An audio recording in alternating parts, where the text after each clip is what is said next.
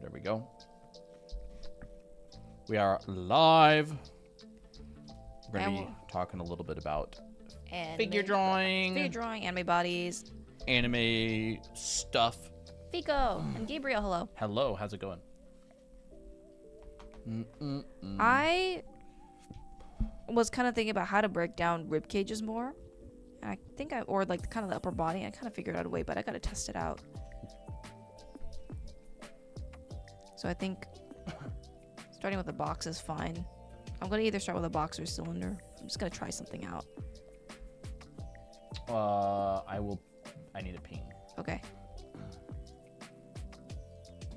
I need to write the word bodies. Ooh. Hey, Artyom. I think maybe a cylinder actually might work better.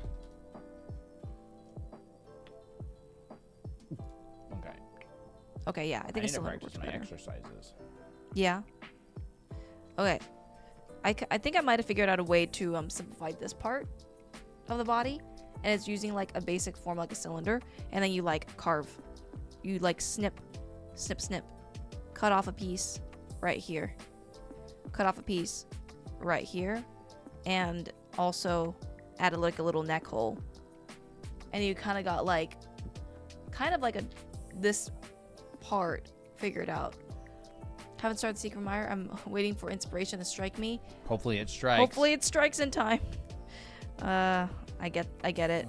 Hey, I mean, when in doubt, I mean, it's not meant to be like. It's not like a sweat piece. Yeah. You can just do something like simple, red background. There's a heart floating in the air. It's you know. Like you don't. It doesn't have to be a masterpiece. It's just a fun event. I would say if like no inspiration comes out to you, just do what you're comfortable with. Yup. Hey, Shattuck Paradox, Dragon on Dragoon. Hey, good to see ya. Good to see ya. Wicked Nick, hello. Hey, ya. Hey, Maybe Sai. Good to see ya. You're gonna do full sketches and a full colored one. Very nice. That's awesome. Is it already Valentine's Day? I guess for some people it is. Oh my gosh, it's already the 13th. It's not for us. Nope. But thank you. Really appreciate it. Hey, Fox.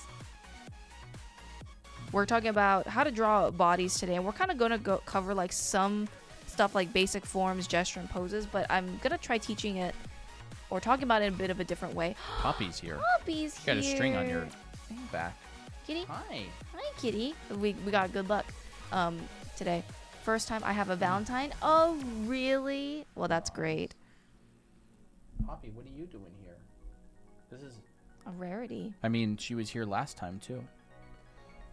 3 a.m. Very nice. Late. You need this mannequin? Oh yeah. So I wrote it down here. This is the mannequin name. 1000 Toys Toa Heavy Industries. Did I even write that right? This N does not look correct. And it's the male 1/12 scale. And Poppy's rubbing on it now. Look. Here. He just like tilted the head. Keep playing with your little headphone. Oh, okay, that's why. So yeah, that is the model for this. It's actually really good. I love how it's like double jointed. There's two. Yeah. There's the female one here, and there's the male one there. They're both great. The female one's a little bit smaller. The male one has more a little articulation. Bit more. It's more expensive, and it also has a bit more articulation. Yeah. Poppy, you're so sweet today. Why? Yeah. How dare you? All right, so yeah, that's the thing. And then yeah, we can talk about some stuff. I find that like when you want to draw bodies from imagination or just anything in general, like it's always good to start off with some kind of like physical reference or like a picture. So like this is great, and then that way you can like reverse engineer it. Hi, kitty. Like you could adjust the fingers. Well, you can't adjust the fingers. There's like a couple of different hands, but the fingers don't move. They're just they're so tiny. I mean, that's the size compared to my finger. Yeah. But the hands move. And then there are a couple of different hands that it comes with. Bro, we should be sponsored by them. I don't think they sell them anymore. That you have to buy them like reused or something. Yeah. Or like it's all price gouge stuff now. Yeah. And that was a couple of years ago. I wonder how it is now. Mm-hmm.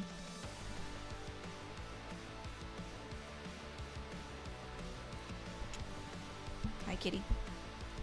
There's the Mikasa. Yeah, it kind of does look like her a little bit. All right, kitty. I can't have you here. You need to head off somewhere else. There you go. Poppy? You can go hang out with Colton. You're very Are you active. animating?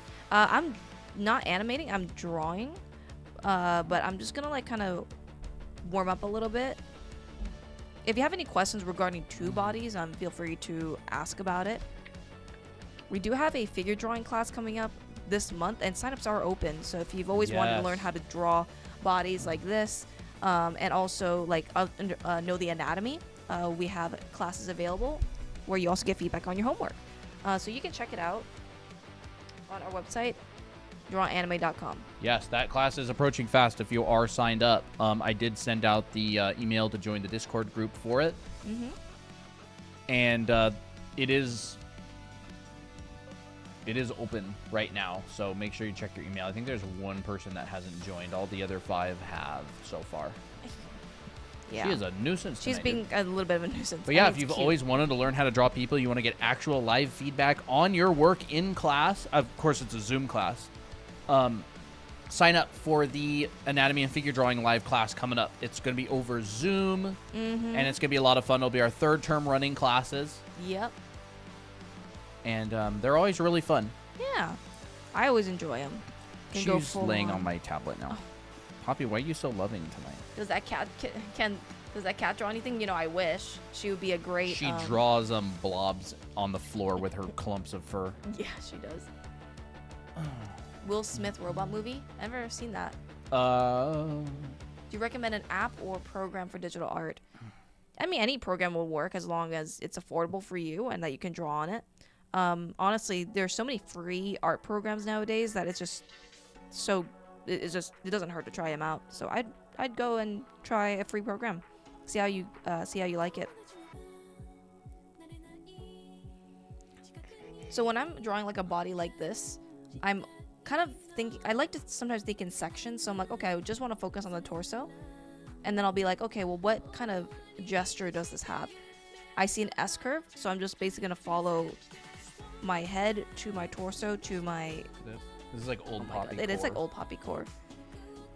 To my pelvis, and make it like an S. And then like I'll kind of figure out the legs later. MS Paint on Typing in Windows. the chat, unfortunately, on my keyboard.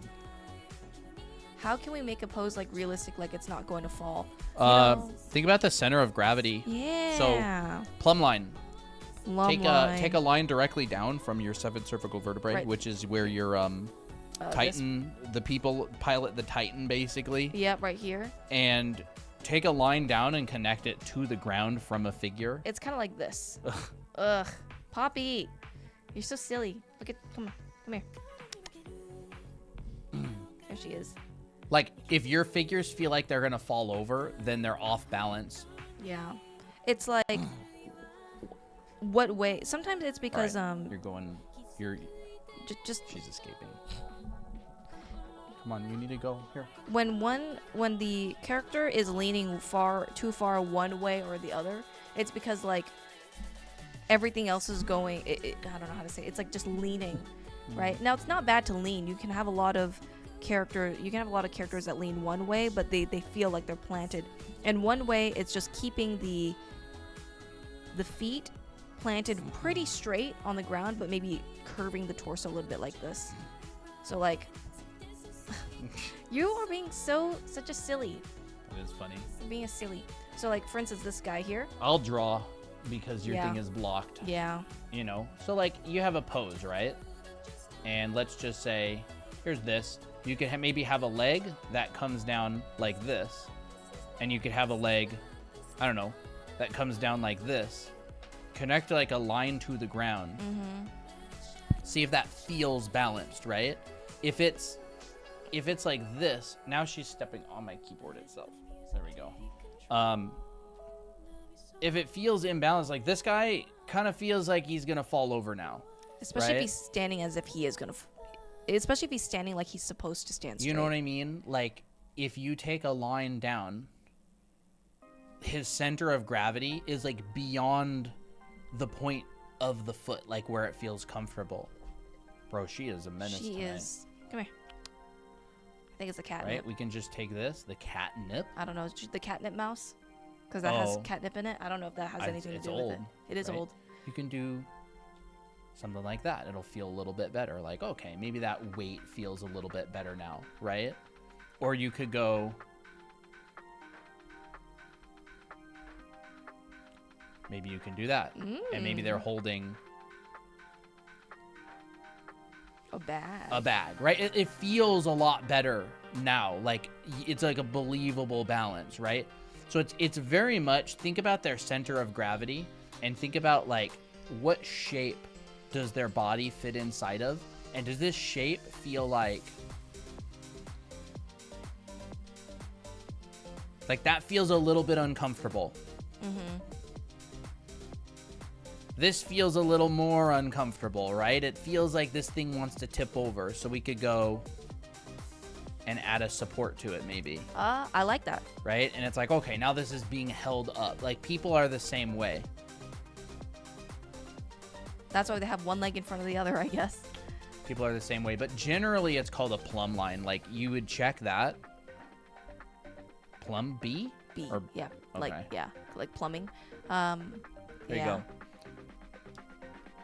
And you can just drop down a line from, again, like the base of the back of the neck. Some people do it from the head. I like The base of the neck. the base of the neck. More cat hairs in my mouth. Poppy's been, right. It's like a very logical thing. It's like a visual balance type deal. So anyways, if your characters feel like they're going to fall over, chuck down a plumb line. Okay. Go this way. Could you show that again, but with a more dynamic pose, like one leg up kind of magical girl vibes? Ooh.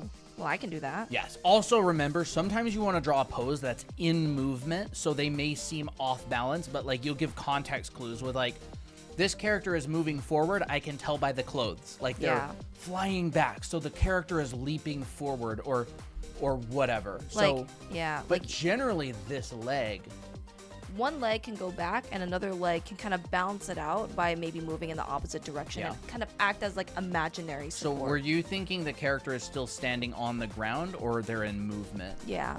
Or like, are they floating? I mean, I love drawing magical girls, so like, I'm like, this is right up my alley. Yeah, you I'm know? not really the magical girl artist, unfortunately. I feel like you'd actually think it's pretty cute to draw, though. Probably. So like, this is a very common pose for magical girls because it's got that leap, but it's also got like a cuteness factor. Like we got, you know, some nice twist in the torso a little bit, some nice bend and stretch. And then floating, like magical girls like to float or jump. Standing on the ground. Standing on the ground. Okay. Struggle with that, but that pose is helpful too. Let me think. Michael Jackson's anti-gravity lean. That's why it was so fun to watch, is because it didn't feel right. Oh, look. Poppy's first time in the nest. Oh my gosh.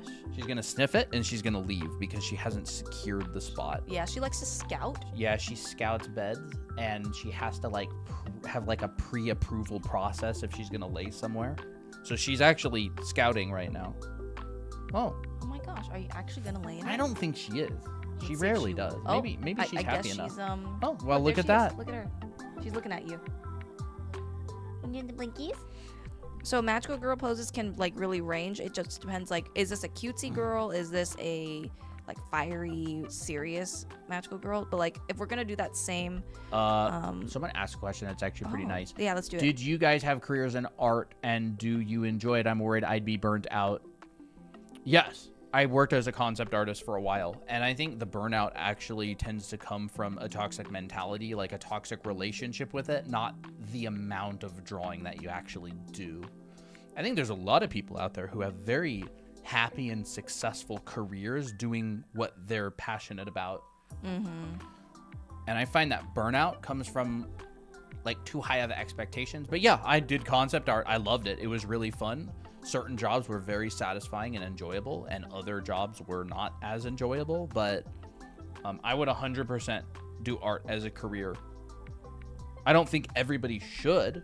I just think that it can be done for sure. Yeah. But if you have any like specific questions with that, I'm more than happy to answer. I'm gonna show you a thing real quick in our book here on poses. which is great for magical You don't girls. have to hold it off screen. Oh well, I'm just like probably gonna accidentally flip to a page that I'm not supposed to. Let me see. Is it here, here, here? No, I think it's further in the last chapter. Okay, so here's like some fun poses that you can think for really any character. You can think about the counter shape. So generally, you'll have a character that stands with one main gesture, but then you'll have another area in the body that will move a different way. Book name, please. This is our book, and it is yes. available on TikTok Shop. Yes, it is. How to Draw Characters Anime Academy. You can go check out our shop page. We just got it up a couple days ago on there. This book has been selling for years. We just finally put it on TikTok Shop itself. Yeah, look, we got a magical girl pose here. Oh, yes. S-curve, but with a counter shape that's facing diagonally. You have that book? Oh, nice. Ah, sick. Well, yeah, this is ours. We have two, actually, which are both on the shop. Are you new here, or have you been following for a while? And my name's Abby, too. Yeah. My character's name is Abby. Yeah.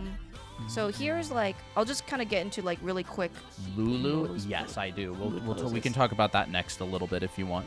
Yeah. So if you want like different moods in your stance and you want like a standing pose for like a magical girl, there's obviously different types of magical girls. I gotta zoom this in a bit more. Does it have choreography moves in it? No. No, but I would say choreography moves. If you know the foundation of how poses are built, you can then do more complicated poses. So yeah. So here's like, I would say serious poses tend to have like a wider stance. Once again, I'm gonna keep in mind my plumb line. So my plumb line from the neck down here, straight down is like this. My foot is on that plumb line, so it feels stable.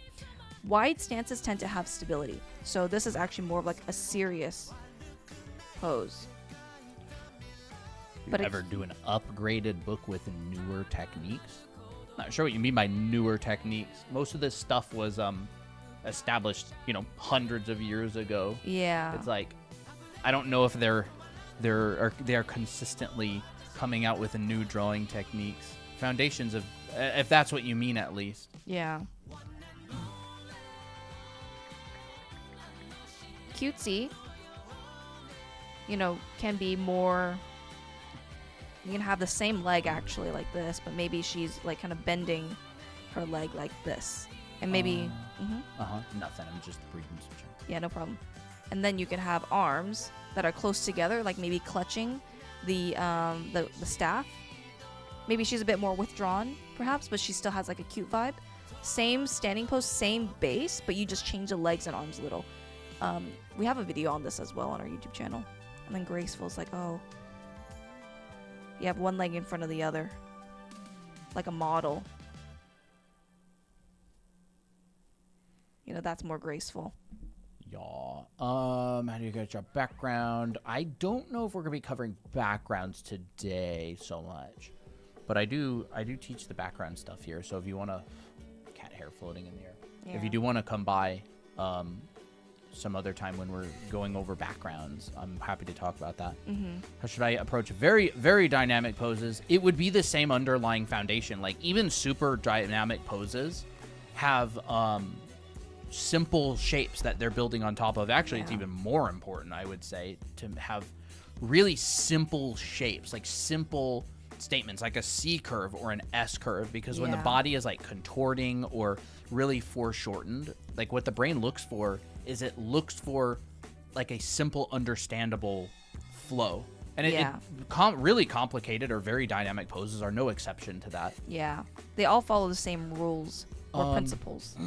Thank you, but did you go to art school? Would it make finding jobs easier? Yeah, so I did concept art for games, and I went to a trade school called FZD School of Design. It definitely made finding jobs easier because they basically spent the entire year grinding out art foundation for the students. And it made finding jobs easier because it's all portfolio based, and it gives you a good portfolio. Yeah. But it depends on what you want to go into. You were just asking about general art careers. Art is very portfolio based. Like you get hired or rejected based on somebody just literally taking a peek at your portfolio, and like the very first image, they'll pretty much know. They'll know. Like I can take one look at someone's portfolio for concept art and tell you if they can work professionally or not. Like it's it's like a set of foundational skills, and if you've practiced it and, you know, grinded it out enough, like, you're employable. Right. Hey, Captain. Fun dynamic. Who was the person that asked about Lulu? Are you still here? We want to talk about like super dynamic poses. Yeah, I'm just trying to find out like what kind of pose. Because I think dynamic poses are really hard to draw unless you have like a really good like intention. And also, what's the simplest? Let me think. It should be like a fighting pose. Super interested in either animation or 3D design for video games. 3D design for video games. What exactly do you mean by that? Like being, like, do you want to build game assets in 3D and put them into the engine, like Unreal Engine or Unity or whatever the studio uses, or? This is a hard arm to pose for some reason. People probably want to see it. Oh yeah. Oops. No, I'm like, so I want this guy to be reaching forward. This is hard. Sorry if I mess up. This body does not want to move the way I want it today. Did you have any art experience prior to attending trade school? Other than practicing in my bedroom. I mean, art experience is interesting because, like, I was at high school. I just taught myself art in high school. Like, I bought the books that professionals recommended and I studied them, and I'd bring them to school and I would use them to study from in the middle of class. And so that was my experience. I think I did a graphic design logo for a friend one time, like, and that's basically was my art experience. Maybe I'll draw someone like falling, because I think that falling is a great example of like some kind of dynamic poses where you can go like this. I was thinking that this is a really good. Oh my gosh, this arm move. All right. Like, you can draw someone falling like this and it can look dynamic. You can draw it like this or like this in a side view. And I think it has like really good elements. What do you recommend for people wanting to learn anatomy realistically? Books, online, either or. I would very much recommend a figure drawing class. Yes. You like a live or recorded. Live is better because you get feedback, but a live figure drawing class where they teach you proportions, simple volumes, and then go into like anatomical stuff. Yeah. We have a figure drawing class. Funny enough, yes, we actually do have a live figure drawing class coming up, and it starts on the 21st. Yeah, you can check it on our... I can literally just link to the figure drawing class since you're on YouTube, but there's a lot of good figure drawing classes out there. We offer a great one, I think. Yeah. And pretty much all figure drawing classes that you're going to take are realistic, because realistic anatomy is the only anatomy. You just simplify it from there. So if you're drawing like a falling pose like this, that's meant to be in movement, find like the common denominator. Like, find the overall gesture. Like, this to me looks like a very asymmetrical U. And a lot of the limbs like follow this. They go upward because they're like gravity's pulling them down, right? But about the figure drawing question, there's a lot of good books out there. I would really recommend Michael Hampton's Figure Drawing Design and Invention. There's good anatomy books, like Morpho, Stonehouse's Anatomy. You can get Bridgman. Like, there's a Anatomy for Sculptors is a good one. But drawing good-looking characters is not as much about the anatomy. Like, it's a little bit of anatomy and a lot of the kind of stuff that we're talking about today. It's like all of the basics of posing and gesture, like, that's design. Proportion, that's really important. Like, you want to put proportion, or you want to put anatomy on top of a correctly proportioned figure, right? I want to find the forms and the gesture. And a lot of it's like we're trying to think holistically about the body. I want to design characters, so 3D concept art for characters. If you want to go into character design, we can talk about that a little bit. I don't really want to have like multiple things going at the same time, though. I'll let Christina talk about this. Yeah. Well, I'll answer your question a little bit. By the way, Dragon Overlord. It's called this. Yeah. You want to separate that a little bit more? Oh, sure. I'm gonna have to. Maybe like pull those down. This? Oh, what? Oh, okay, okay. Maybe like this. Sure. Yeah, this is the thing. That's 1,000 what it's toys, Toe Heavy Industries, male, 1/12 scale. You know, this could actually do really good for like when someone's like punching someone and this guy like goes like ugh like that. Yeah. It's kind of fun. So when I'm looking for dynamic poses, I find the simplest bit. I don't look at like all the distracting bits, like oh, like where the arm is or where this is in relationship to this. Like I'm just like, okay, what's the simplest line I can make that captures the energy of the character? And it can be as simple as this. It doesn't even have to be super exaggerated. Like, Yeah. you can have a really dynamic pose that's almost a straight line. That's true. You know, like, think about, like, I don't know, Superman flying towards the camera or something with his hand out. Like, it's not actually that complicated of a pose. Yeah, like it's just You know what I mean? Like, there isn't, like, a crazy arc to the gesture. It's like...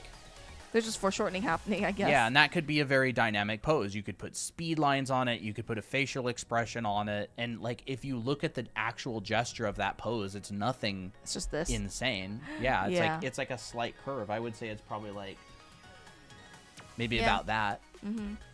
You can create a dynamic pose out of anything, really. It's not really anything different. Like this is a dynamic pose because there's a lot of movement. So like what do you define as dynamic? Do you just mean like crazy foreshortened poses? Or do you just mean like movement, right? Yeah. FZD Feng Zhu. Yes, I had him as a teacher. Thank you for the link. I'm definitely going to look into it. Awesome. I've been wanting to learn anatomy properly. Thank you for the advice. I want to be an animator. That's fun. Awesome. How did you choose what to specialize in after college? I didn't. I decided what I was going to specialize in before college, and I dropped out of college. I went to a trade school, and then I went to a college and dropped out after 3 terms. So now here's a person that got hit with a big, I don't know, beam of something, and it's like, and that thing is pulling the person with it, so the person is contorting to that thing. So it's like that energy is really, you can really see the energy in the pose. How to draw when you are French? I don't know. I'm not French. I am not French, but there's a lot of French artists. I would recommend asking Sparth. He's French, and he's an insanely good sci-fi artist. So this is the figure right here. Toa Heavy Industries. That's what it is.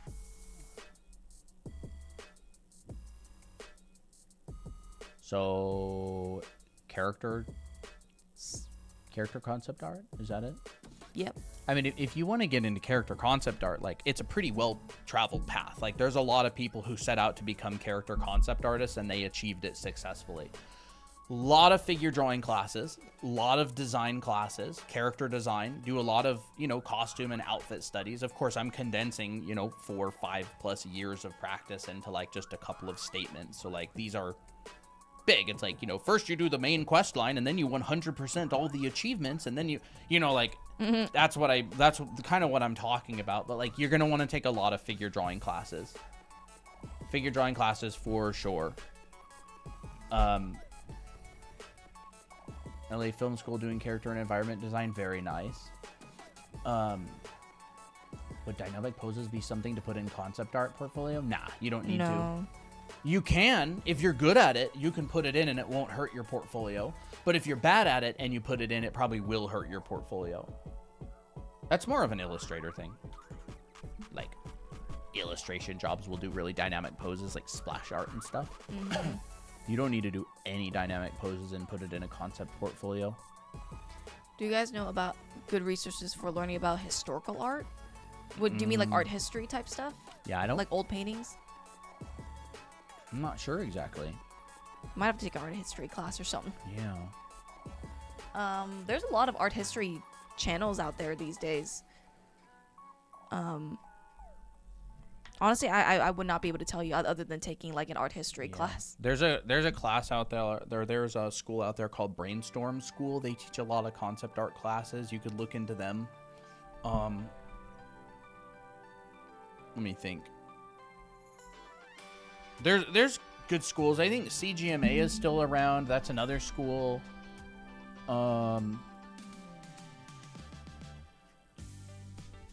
I would get in contact with someone who's actually a character artist. You want to know how I learned certain things? I just bought the Art of book for my favorite game. I just wrote down every concept artist's name in the book, and I added them all on Facebook, and I DM'd them and said, hey, I really like your work. This piece in particular, I saw your name in the Art of this. It was Fallout 4. I saw your name in this book. I really want to eventually work at the studio you're at. Do you have any advice? What should I study? This is a link to my portfolio. And like 5 out of 6 of them got back to me and gave me really good feedback and advice. It's literally such a goated way of getting information. Like, just find all your favorite artists, email them, DM them, build out like a really nice message, research their work, learn a little bit about them, show that you care, and they'll get back to you 100%. I would. People reach out to me on Discord and they have like a nice message and obviously have spent a little bit of time thinking about it. I 100% respond to them.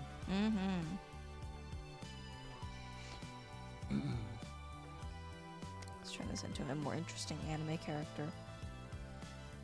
We'll make him into like an average anime character look. Art history right now, it's just talking about columns, not paintings and stuff. I'm not sure. Something I would look up. I don't know if he's really an art history buff, but look up Ramon Hurtado. I'll write his name. He is a really, really, really big fan of like 19th century academic art. He has an Instagram. Christina and I took a class by him. Super cool dude. He probably has information on that sort of thing. He's got like an online library of like academic paintings at the highest res you can find them. Ramon Hurtado. Check out his Instagram. He's a very good oil painter. Really good. I don't know a lot about art history, like, unfortunately. I want to draw my own comic, but how should I practice? I love the action genre too. I would say practicing the fundamentals is going to help you the most with drawing comics, because comics is like a very much like a batch skill thing. Yeah. Like with comics, you have to know composition. You have to know like figure drawing and how to draw bodies in general. Figure drawing, perspective. This is stuff that we teach as well in our anime art school, which is geared towards people who want to make their comics, but they don't know where to start with the fundamentals. And then let's see, perspective, lighting. If you're just doing like black and white, you would need to know how light works and shading. But color as well if you want to color your comics. So it's like comics is very much a batch skill. You would need to learn a lot of these different components. Yeah. And also clothing drawing, because you got to know how to do. And like that's entirely separated, by the way, from writing. Oh yes, that's right. Right, which we don't really have a lot of advice to give you on writing. I would take classes, learn about like the story circle, the hero's journey, take writing classes. But the art side of things, 100% a batch skill. Yep. 100% a batch skill. So you'd probably want to take classes on each of these things individually and practice them, and then also practice combining them. Yep. Like an illustration is a batch skill. You're dealing with composition, figure drawing, perspective, lighting, color, right? So again, if you're making like a comic, you may not honestly invest that many skill points into color, because you're like, it's going to be black and white. A lot of great artists out there don't do very much color. Mm-hmm. Hey, Katsuwa. Hey, Katsuwa. Starting a creative writing club at my school. Do it. Hey, football team manager, creative writing leader. Like, honestly, do all of it. You do great with the college portfolio. Yeah. By the way, we do have a Discord server as well. Yes, you can get it here on our website, drawandanime.com. It's also in our bio. Discord server. There's a lot of different channels for posting your art, asking questions, hanging out with other people. Mm-hmm. We do live stream all the time. We notify every time we go live. Bro, lag. Why are you lagging so much, bro? So she probably didn't hear anything what we said. We just said you're very impressive. Oh, yeah. I'm not going to repeat it, though. So you'll have to find the VOD and listen to us compliment you.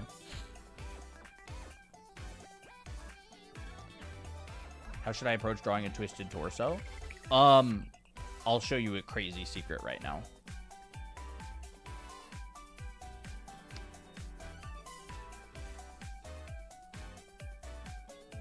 All right.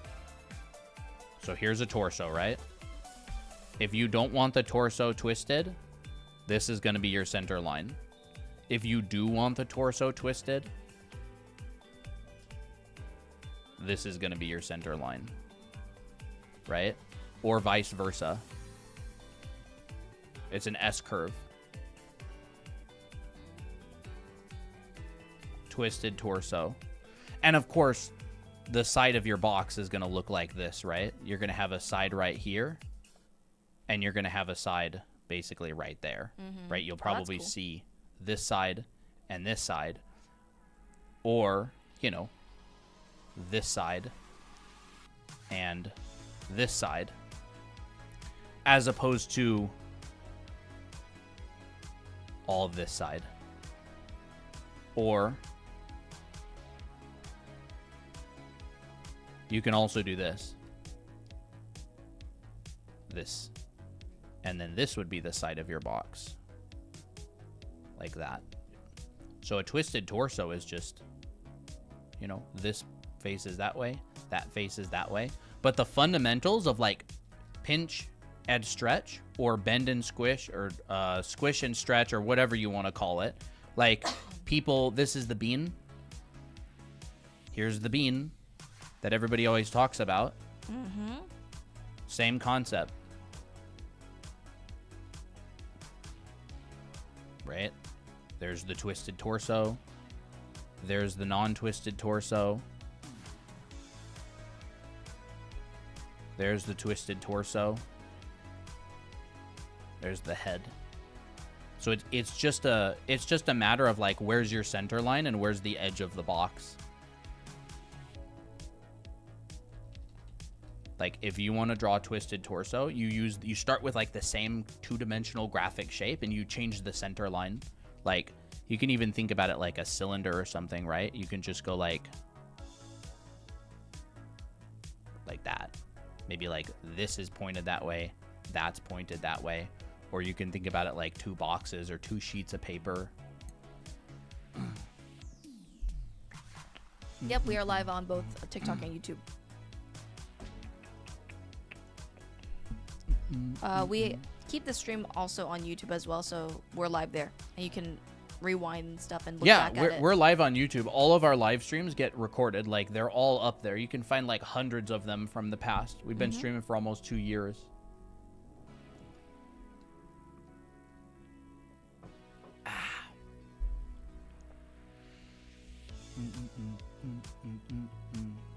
Turn these into characters. What I like to do is I'll sometimes draw like very simple mannequins. These are not really mannequins. They're just like really rough sketches, and then I just turn them into characters. And now I've gotten free practice. Not free, but you know what I mean. Like you just get extra practice from it. And then I'm like, oh, maybe I'll change the height of this character and make her. What will happen? Watching YouTube on the TV and TikTok on the computer. Oh, nice.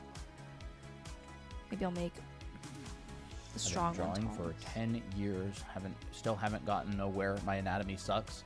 What sort of process are you using to practice and get better? Are you following like a system?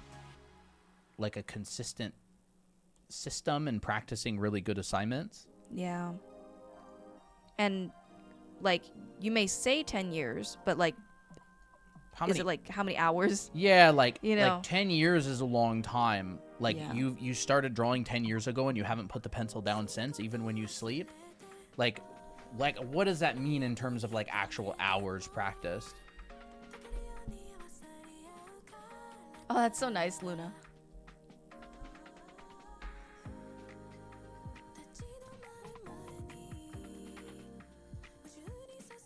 How to draw faces. We have a few of those videos on our YouTube channel.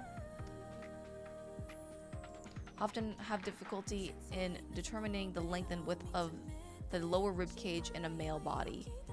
Lower rib cage. I don't necessarily think about that necessarily. I think of it as upper. So the male body generally has a wider shoulder width, and then that is kind of combined with the rib cage. So like your rib cage is actually this small inside this shape, but this is like extra. But like that extra bulk is really important. And then the rib cage for the males tends to be at about a 90-degree angle from the center. I like this song.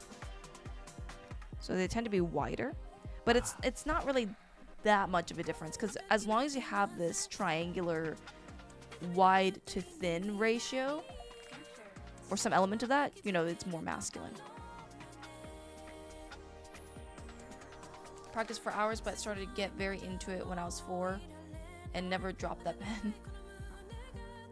I don't know how your practice is. I don't know. It's just really hard to tell, because I think it's just very, unless you're looking for improvement points and you're like, okay, I'm following the structure of something and I'm doing that mileage, it's really hard to not find any improvement at all in like 10 years. But I don't know.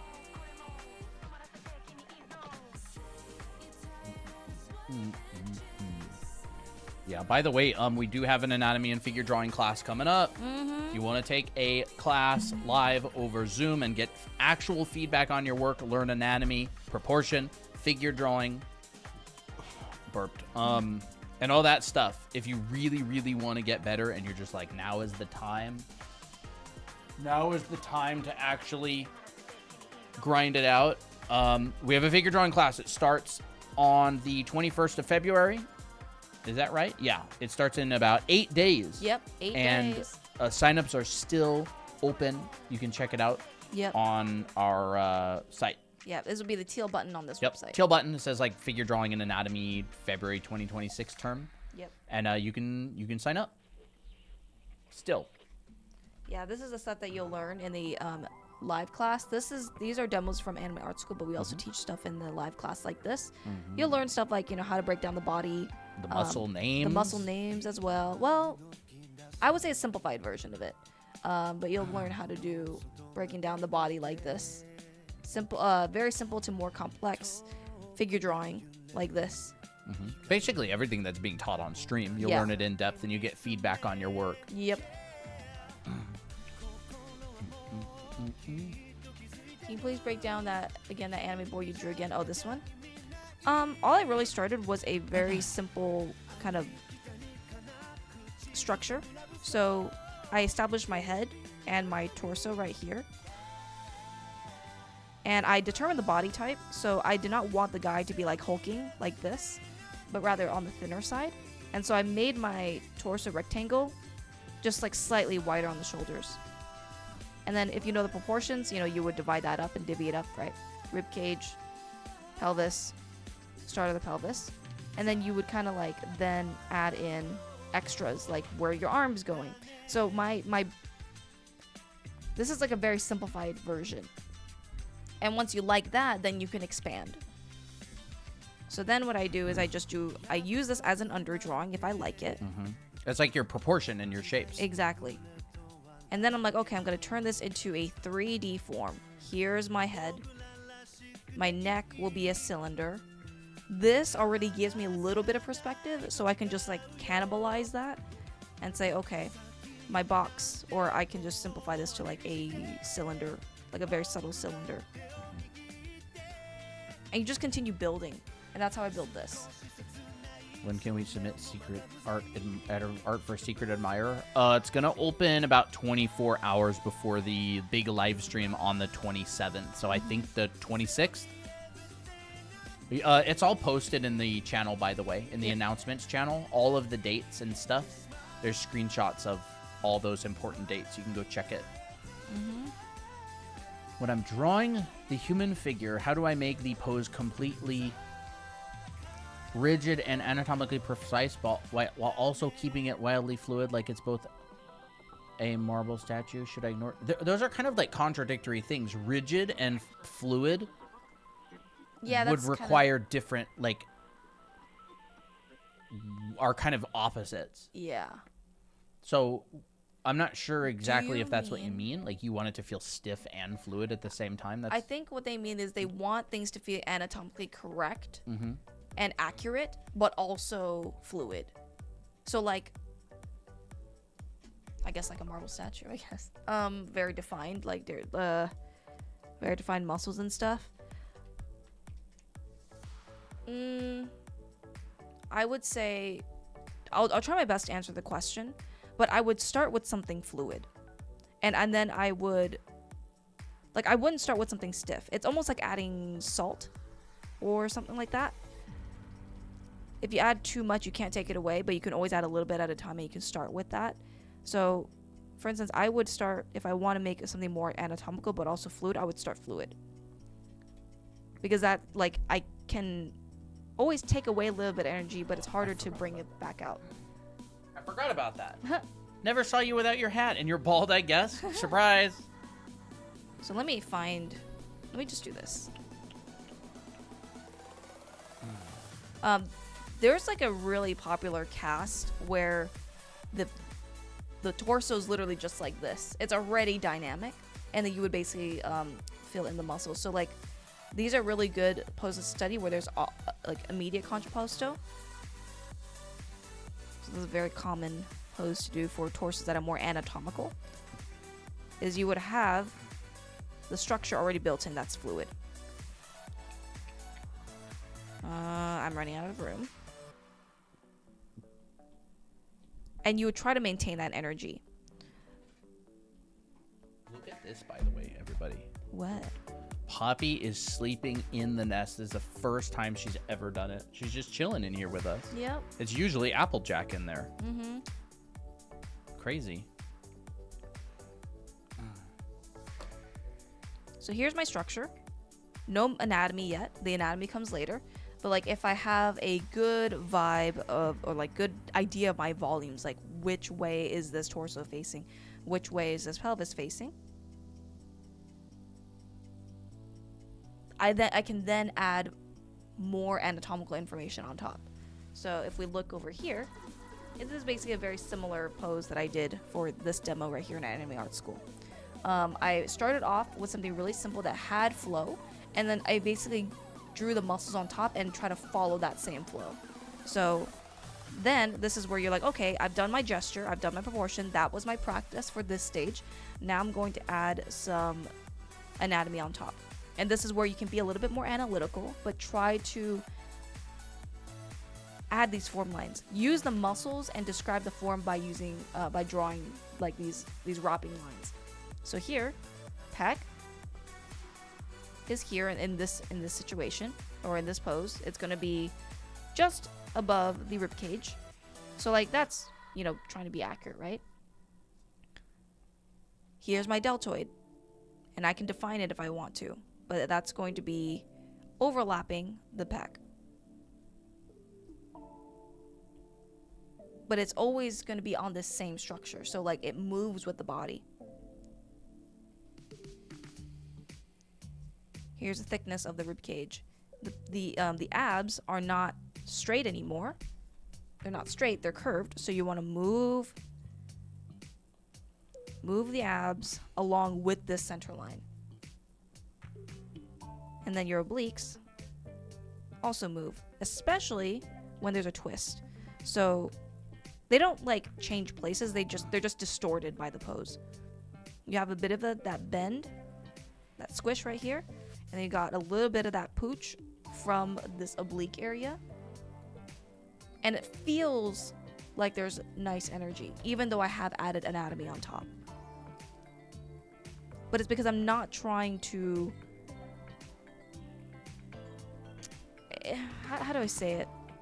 I think it might be a little bit confusing, but even like people like Leonardo da Vinci and people who have done really academic art, they can still maintain that flows because they have like a larger picture in mind. Yeah. You will definitely have art that is more specific to anatomical structure and ones that are just more artistic. So there are so many rhythms within the body that you can kind of ride with your lines. Yeah. Like what you're really doing is you're doing form drawing, right? On top of rhythms, and the rhythm is like the gesture, the overall flow. And so the anatomy sits on top of that underlying foundation, which is like the 3D form and like the gesture, the rhythms. Yep. And so the reason that people can make things feel really anatomically accurate but also very flowy is because they use those rhythms and they draw their anatomy and form on top of it correctly. That's like the point of a figure drawing class. Like the reason you would take a figure drawing class is that because like anatomy, muscles are not the reason a drawing of a human body looks good. Yeah. Your brain cares a lot more about those rhythms and flow than it does like nerdy and anatomy information. Yep. It's just I'm gonna use this. it's like that. You know what I mean? Does that make sense to everybody? And someone asked earlier, like, but what if I don't want to make him muscular? Well, you just shrink the muscles. Yeah. But the rhythms would be the same Rhythms if would be you the want the same. pose. Yeah. So, like, if I want someone to be a bit lankier, I would know to keep it closer to the skeletal muscle. Not skeletal muscle, the skeleton. So, generally, with skinnier guys, you tend to have, like, this kind of curve. Now, I'm not saying that this guy's starving or anything, but if I want to make it not as buff, I would have to change a bit of the shape. I would have to maybe shrink the size of the arms, especially the muscle on the arm. So like instead of making this hulking muscle right here, I'm gonna slim it down. But like that's all about foundation, and that's how a lot of people stylize, right? My pec is still gonna be there, my deltoid's still gonna be there. All these muscles are still there. You're just not emphasizing it as much. So like maybe I'll just make this a little bit subtler and not define the pec so much, but maybe I'll define the rib cage, my rib cage a little bit more to show that he's maybe a bit bonier. Maybe I won't define the abs as much, but I'll like maybe imply it that they're there. So it's kind of like to taste. And once again, this comes with a lot of studying. Study different body types, see how the muscles work. Like, look at that. This looks muscular. This doesn't look muscular anymore because I've toned down the muscles.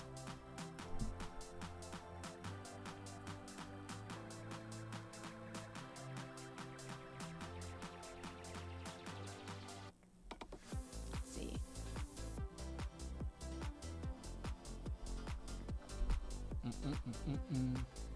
Would be better to focus on making face in different angles first before moving on to draw different parts of the body, or draw whole body right away? Thanks. It doesn't really It matter. doesn't matter that much. It doesn't matter. They take the similar skills. Like they're both form drawing. Focus on making face in different angles first before moving on to different parts of the body. Not necessarily. Like you could take a head drawing class and a figure drawing class at the same time. A lot of schools will give assignments or will give both classes at the same time. Yeah, I'm all about learning and drawing things all at once, like holistically, because it keeps you in check of like, okay, well, here's the form of the head and here's how it relates to the body. But you know, if you want, it's totally fine to go like more focused as well. And it also depends on what you want to do. Do you want to be a portrait artist or do you want to be more of a figure artist? Like some people only want to draw portraits and they don't really want to draw anything below this. And so that's all they do. And so taking a figure drawing and anatomy class is not as important as doing a whole bunch of head drawing and head painting. Yeah. So like it depends on your goals. I think that there's a lot of people out there who give advice and don't take into consideration the context of what are your goals. And I don't think, and another thing is like, I don't think that a lot of people consider just how vastly different people's goals are. Some people literally just want to draw cars for a living. A figure drawing class is not useful for someone who only wants to draw cars. I studied with those people at Art Center. They just wanted to draw cars. They didn't have a figure drawing class in their entire time at Art Center. So, like, if your goal is to make your own comic, do both.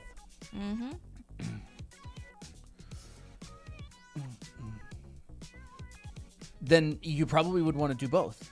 Like, it doesn't matter. They're both three-dimensional forms. The body is a three-dimensional form, and the head is a three-dimensional form. Like, you're going to need to learn both.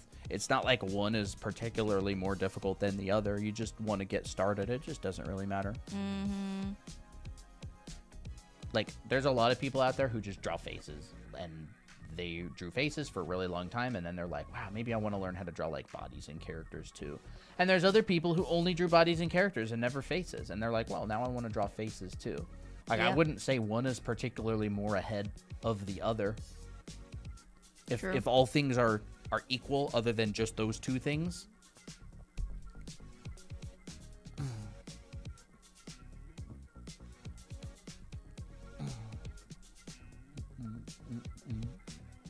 Because it's form. It's 3D form.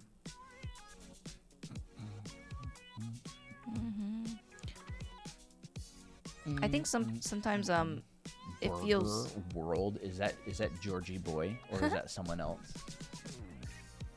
how to make a pose look more dynamic without exaggerating the gesture. I don't really know. We explained that earlier with the Superman pose. That was Yeah. a very, very simple, non-exaggerated gesture, but it was more dynamic. But another thing is, like, there's a balance. Like, the question doesn't really... I don't think it's really that relevant because you have static and you have dynamic. Yeah. Static. I'll just really quickly. Static and dynamic. This is, like, more of a design question. All right. Static is like symmetry, right? Verticals, horizontals. Dynamic is like variation, right? It is unevenness. It's asymmetry. ASY or ASSY? I think it's AS. I have no clue. I don't remember. It don't matter. I can't spell chat. Sorry. I think there's two M's actually. There we go. Asymmetry. So what would an example of something static be? That.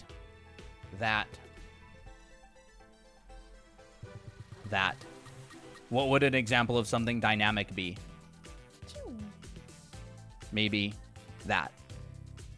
An accelerated curve. Line 1, line 2, line 3, all different lengths, all different curves. This one, symmetrical. A circle is relatively static. How would you make a circle less static? What do you... It's like Tin Man. My weird Tin Man from... How would you make a circle less static? By using chunks. This is what they do in figure drawing. There you go. Here's a less static circle. They use the curves in the circle. Yep. So what they'll do is they'll do this. You'll see this all the time in figure drawing. They go from one curve to another to another. A straight up circle is static because it's even, it's symmetrical, it doesn't have variation to it. So what they do in figure drawing is they go back and forth, right? They play straights against curves, like, you know, whatever, the leg, and they'll go, oh, draw the front of the leg in a side view. And it's like, here's a curve, here's a straight. Yep, here's you'll a see that a straight, lot. here's a curve. There's the foot that comes out. And so they'll go curve into curve, and they'll go straight on this side, straight on that side. So, like, that is what makes things dynamic, is, like, variation, unevenness, asymmetry, like, not lining things up. That's why, like, Dutch angles look more interesting, right? They can give a feeling of, like, maybe something a little bit creepy. Let's just say, Unsettling. how about we do this, right? Let's, like, take an environment that I painted recently, and let's make it Creepy. Or, like, unsettling. creepier. Why is it creepier when it's tilted? Why does it feel more scary? Is because now you're dealing with, you know, not verticals and horizontals. We've changed things. We've made it a little bit unsettling. Right? We could do it even more. Ooh. Right? Okay, you'll notice this a lot when you look at animes and there's like a traumatizing event and they like zoom in on the character's face and the camera starts going like yeah, like that. Yeah. So, like, that's definitely one way you can do it. And so, like, that's one of the reasons they would do it. Like, look at all of these extreme angles that are off 90. Right? That's cool. I mean, that could be That's really cool. So like that's one way you can do it, and like it comes from an underlying understanding of like what makes things dynamic and what makes things static. Like you can have stability behind a character. Like a lot of like religious paintings and artworks have a lot of symmetry to them. Like the whole composition will be like this, and the character's head might be there, and the character's body might be there, right? And maybe their hands come out like this, and it's like it's stable. So static is also stable, stable. And so it depends. It's not like one is wrong or one is right. It just depends. Like everybody tends to like this one more, but they're tools. One isn't good and one isn't bad. Well, another thing is that you can do a static version and also a dynamic version by just pushing how far you can push the curves as well. Yeah. So how do you make a pose dynamic without pushing the curves? Like you don't have to push these that much. Yeah, you can draw a standing pose and make it more dynamic just by like exactly posto. But like if you want something really, really, really, really dynamic, you're probably going to be getting some pretty heavy like horizontals or triangles or curves playing against each other, right? Like you could like, and that's why another assignment that's really good is like a ribbon assignment, where you just kind of create like a dynamic line and you can turn it into a ribbon, and you can give it like flips, and here's another flip, and maybe we pull that ribbon around there and it comes out. And I don't want to get like too distracted, but this is a pretty important assignment. We could flip it right here and bring it up and flip it at the end. And this is like, we're just very briefly covering this. This is like an entire design lesson. Like this is a big deal in design, a huge deal. This is like the meat and potatoes of like what character artists do and what illustrators do. Like this is, people spend years practicing how to make things more dynamic and developing their sense of dynamic versus static. So it's not like this is like a quick little lesson on it, but this is kind of like the basics. Like that. Yeah, it's really important. And then you can like play them with any kind of shape that you want. Like, do you want this character to look more static, strong, or And so like for instance, this pose right here, she's very stable. Pretty stable, yeah. Pretty stable, but she's got elements of asymmetry that still makes it feel dynamic. She feels confident. She feels like, I know what's going on here. You can't fool pull me. the wool over my eyes. Yeah, exactly. Yeah. And your brain is saying that something isn't typical what we're seeing at that angle. Yeah, like you can mess something up to make it like you don't see the world in that way very often. So it also can be pretty uncomfortable as well. Like that's definitely that. I save every single video you guys put out. The info is incredibly valuable. Thank you very much. Beef Supreme. Man, I could go for some Taco Bell. I never had a Beef Supreme. What's a Beef Supreme? Is it like a wrap? What about line of action? The line of action is basically just like almost like the simplest line that kind of captures the essence of what a pose is doing. Yeah, like for instance, a lot of the time you'll see either like a curve or a straight. Yeah. Like this curve to like kind of mostly straight. Yeah. This one's like, very obvious S curve. Yeah. Very obvious S curve. It's just like the main idea. And it's all psychology. Like you're always playing with psychology. You're like taking and either fulfilling or not fulfilling expectations. Like a lot of the time you're like creating patterns and then interrupting them. You are making an expectation and then either going, I'm going to satisfy it, but with a twist, or completely unsatisfy it. Right? Like you could intentionally create a tangent to make someone feel uncomfortable, or you don't. Like a lot of people go like, tangent's bad. And it's like, well, they're not bad if you want to create an unsettling feeling in your art. A lot of people use tangents very effectively. People use them in movies all the time to create like scenes where people are supposed to feel unsettled. Like there's no like, yes, do this, or no, don't do that. Yeah. The more like if you ever get feedback by like a really high level artist, their answer will almost always be, it depends. And then they'll kind of ask for more clarification. Yeah, because there's different ways to approach things. And like, I think it's really tempting to try to confine art to like specific do's and don'ts, but really it's very tempting to want to find specific answers of what's the best way to do this, or what is the solution for this. And in reality, there's many solutions. There's many different solutions.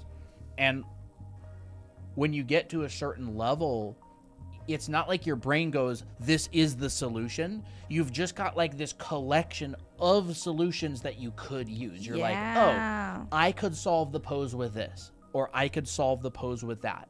And you have like a variety of solutions. That's why like art takes so long to get good at, is because you have to build up enough experience where your bag of solutions expands. Like you can't just infinitely or just instantly have a bunch of experience. Like experience is encounters that you've had in the past that you've learned from.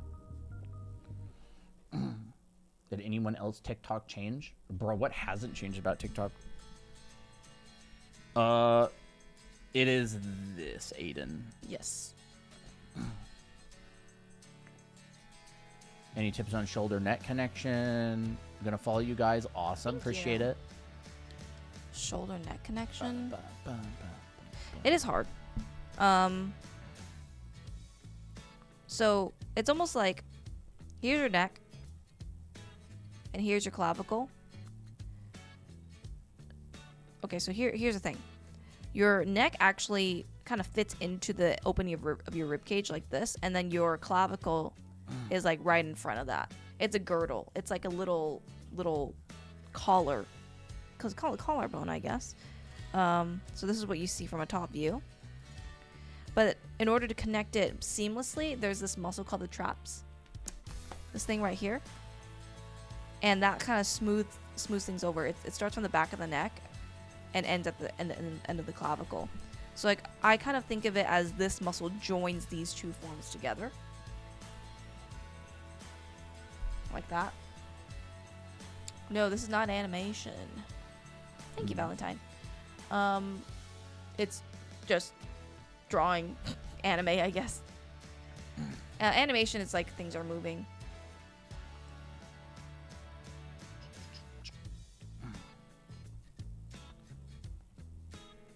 Maybe we'll. Bye-bye. Have a good one. Hope that it was helpful. Yeah. We do go live all the time, by the way. We have a Discord server. And we have live classes coming up. I actually built this card here. You can take a screenshot of that if you're interested. Here we go. Live class, live anatomy class coming up. It's on Zoom. Starts February 21st, 11 a.m. Pacific. And you can sign up, and more info on the button, the figure drawing and anatomy class button on that page there, if you're interested. It'll be the teal button.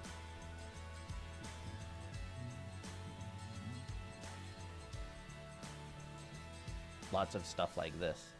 I mean, this is like so important to drawing characters and people. Is it's not just all anatomy. I think a lot of people have this kind of assumption that it's just like, I need to learn the muscles. I need to learn the muscles. I need to learn the muscles. I need to learn the muscles. And it's like, there's so much more to drawing characters and people than just anatomical information. Like, it's not irrelevant. It is useful. But like proportions, volumes, and design is like 90% of the work. Yep. It's like, in the end, we want to be able to do stuff like this. This is the end goal. But like, you don't need to know the entire thing about the body in order to do this. You just need the basics, you know, which is basic forms, the gesture, and kind of the design of the pose. How much are the classes? Are you talking about the live class? Probably. So this live class is $500. But if you get Anime Art School, you get a discount off of it. Yeah, if you already have the Anime Art School, you get a discount. However, you will get feedback on your work every single week, whether you can attend class or not. The live recordings will be available in the class Discord server. and it'll run for 6 weeks, and the live classes will probably run. You don't have to stay the whole time, but they usually run 3, depending on the week, 3, 4, maybe 5 hours on a big week. And the critiques are very in depth. Yes. You get feedback on your work every single week, and Specific live to your classes are level. really great. Yeah. Yep. How could you make poses more readable? I think when you can easily tell what's going on in the pose. Like if you have a pose, and I can't really think of one on the top of my head, but like if you have a very confusing pose where like maybe the arms and I don't know how to think of it. It would go back to what we were talking about earlier. Yeah. With the when we were talking about this. Yep. Like a straightforward like gesture to it, right? You would probably want to think about the silhouette and the overall Get Book 2. Okay. And remember, you know how you encapsulated the poses in those little yes. overlay shapes? Yep. I think that page would be a good example for this. There it is. Yeah, like readable poses come from like understandable design. Environments and landscapes, by the way, work the exact same way as well. If I could find my card. The reason that poses are easy to understand is the exact same thing that landscape painters do. Like, this is from Edgar Payne's Composition of Outdoor Painting, and you can see that they start with these armatures, these simple structures that hold the whole painting together in an understandable way. That's what you do with your pose. It's like, what could this pose, what is the essence of this pose? It's like line of action. Is the silhouette good? Are we distracting people with unnecessary things? Or is it like a straight, like, look at this pose right here. Pretty easy to read. Like, it's got a very clear purpose. It's not trying to be everything at the same time. She's not like Trying to fight and also look cute, I guess, at the same time. it's not like unclear what's going on. There's like simple, effective shapes being used. It's like, it's the same thing with this one. Like you can just tell what's happening. Yeah, I would say like unclear posing. What's an unclear A lot of the pose? time. What? I'm trying to think of what an unclear pose I mean, is an like. unclear pose is like, you know, maybe you go like this, and you go like this, and you go like this, and you go like this. Like, what is this character supposed to be doing? You know, and maybe you go like this, My gosh. you know, and it's like, or it's like, what are they doing? Like, what are, I mean, even this one's not like super It's not, unclear, like- unfortunately, but like, Yeah, I know what you mean. you know, this is almost like that what's the Peter Griffin, like, Oh, yeah, like yeah. Let me try to think. like intention, right? Intention. And so if you could say, make the leg make some sense, right? Like, maybe this person is on their knees, right? Like this. And maybe the arm, like we can pull this down a little bit, and if we wanted to make this pose a little bit more clear, maybe we could add a counter shape, right? Maybe we could like simplify this pose into like some sort of a simple shape, like a rectangle or a square, right? So we could go, okay, maybe we've got that, and then maybe this comes out and comes up to the head like this, like that, right? Maybe we'll like take this shape and just go, okay, we've got this, we've got that, and we've got that. Like, that's a pretty clear shape right there. This, and that. So if my pose fits inside of that, and then I could have maybe like a nice little gesture going through this, we could make our pose feel a bit more natural just by like making things more understandable, you know? And we could go, oh, what if we twist the torso? Right? These are going down. These are going down. We could do that. A little bit more understandable. I like that pose. It's cute.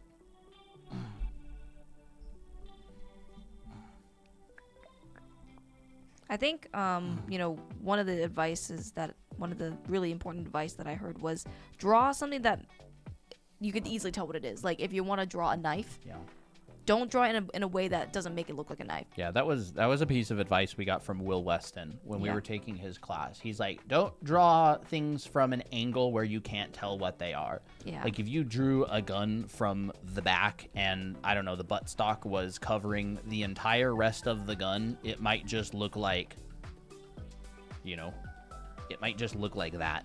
I'm like, bro, that's supposed to be a gun? Right? Or you could give more context clues as well. But, like, don't draw things at angles you can't tell what they are unless they're, like, completely irrelevant. Mm-hmm. So it's like, if you want to show a hand. This is not very clear. Like, you know what I mean? It's like, maybe that's pretty good. And another thing that Will Weston would always say is he'd go, that's called getting away with it. Because it's like, right? You post this on social media, everybody on TikTok complains. You post this on social media. Close enough. Nobody complains, but it's still the same thing. So or it's just like that. Yeah. Instead of this, you're like, exactly. Oh, well. It's like, oh, why do people always do the hands like that? Well, how about this? Raise one of the fingers up and do that. Oh, okay. Yeah. Oh, now nobody's complaining all of a sudden. Mm-hmm. And that's called getting away with it. And another way is like, oh, take these same fingers and just go like that. And now it's like, yeah, same finger grouping, but it's not the exact same pose like this. Not as obvious. Yeah, it's like, or you can do like that. Like it. Mm-hmm. Twist the eyes, huh? I don't know what twist the eyes means. That's funny. It's like funny how there's like this danger zone of everybody complaining, and you just tweak things like 5%, and all of a sudden like Oh, like, oh, okay. Like people don't like classify it anymore. Yeah. It's like I just think it's because people don't like the stereotype. I guess.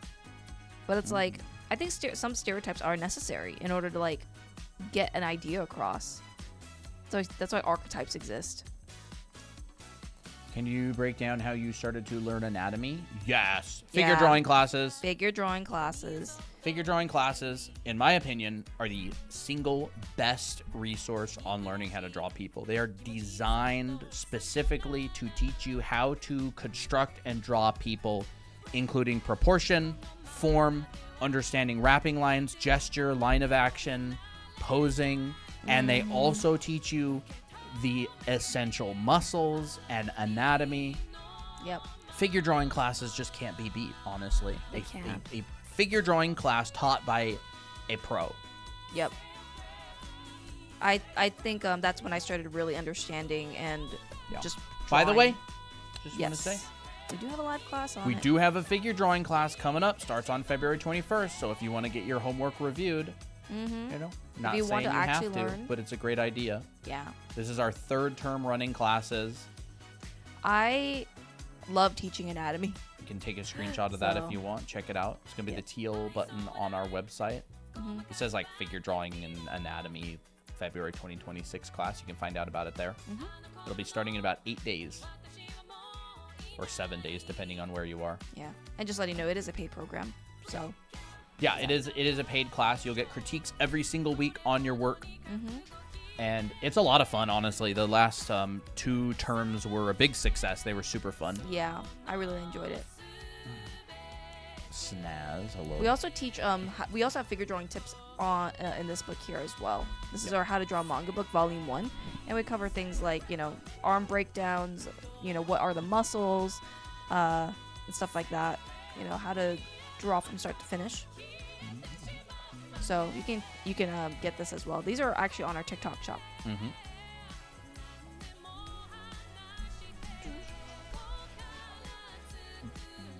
Please guide me how to become a cartoon animator. We don't animate. Yeah, you'd have to look somewhere else.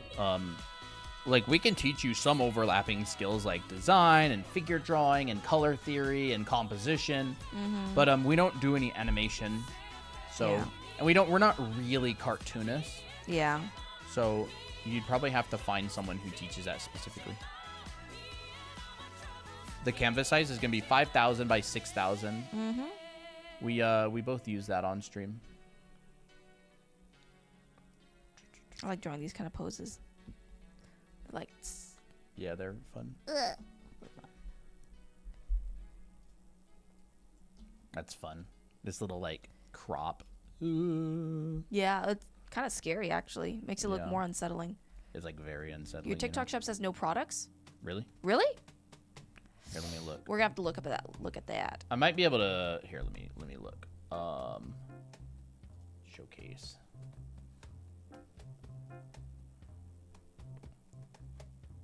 I would prefer people get on TikTok shop because one, it's actually cheaper. Yeah, it's weird. It shows weird. up for us right on our Yeah. profile. Maybe that's just because we're the people who have showcase. Maybe I need to do this. Add it to your live stream. I don't want to add that to our live stream, dude. It's so annoying. Yeah. I gotta look at that. So it says no products. That's weird. M says it shows for me. Oh, okay. Okay. So it is. Maybe restart your TikTok or You something. I don't might know. have to. Live in video.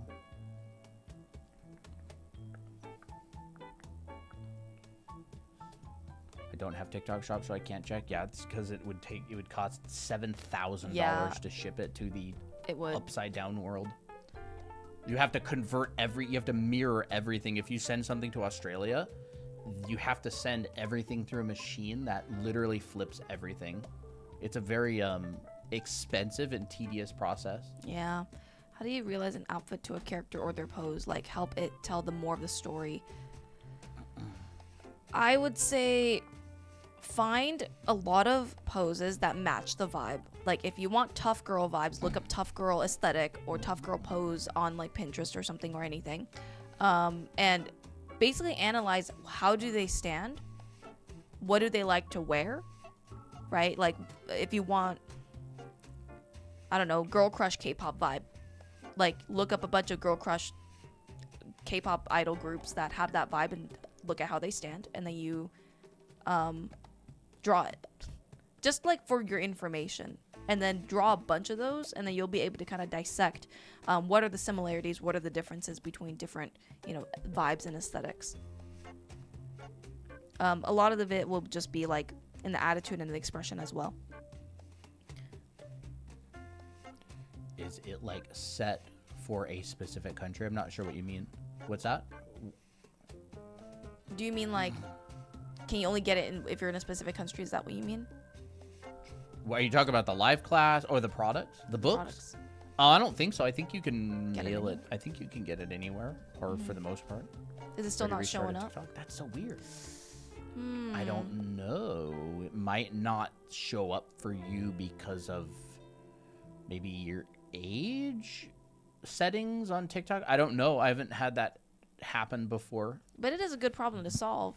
It might actually be that. Wait, Snaz, go to our profile. See if it shows up.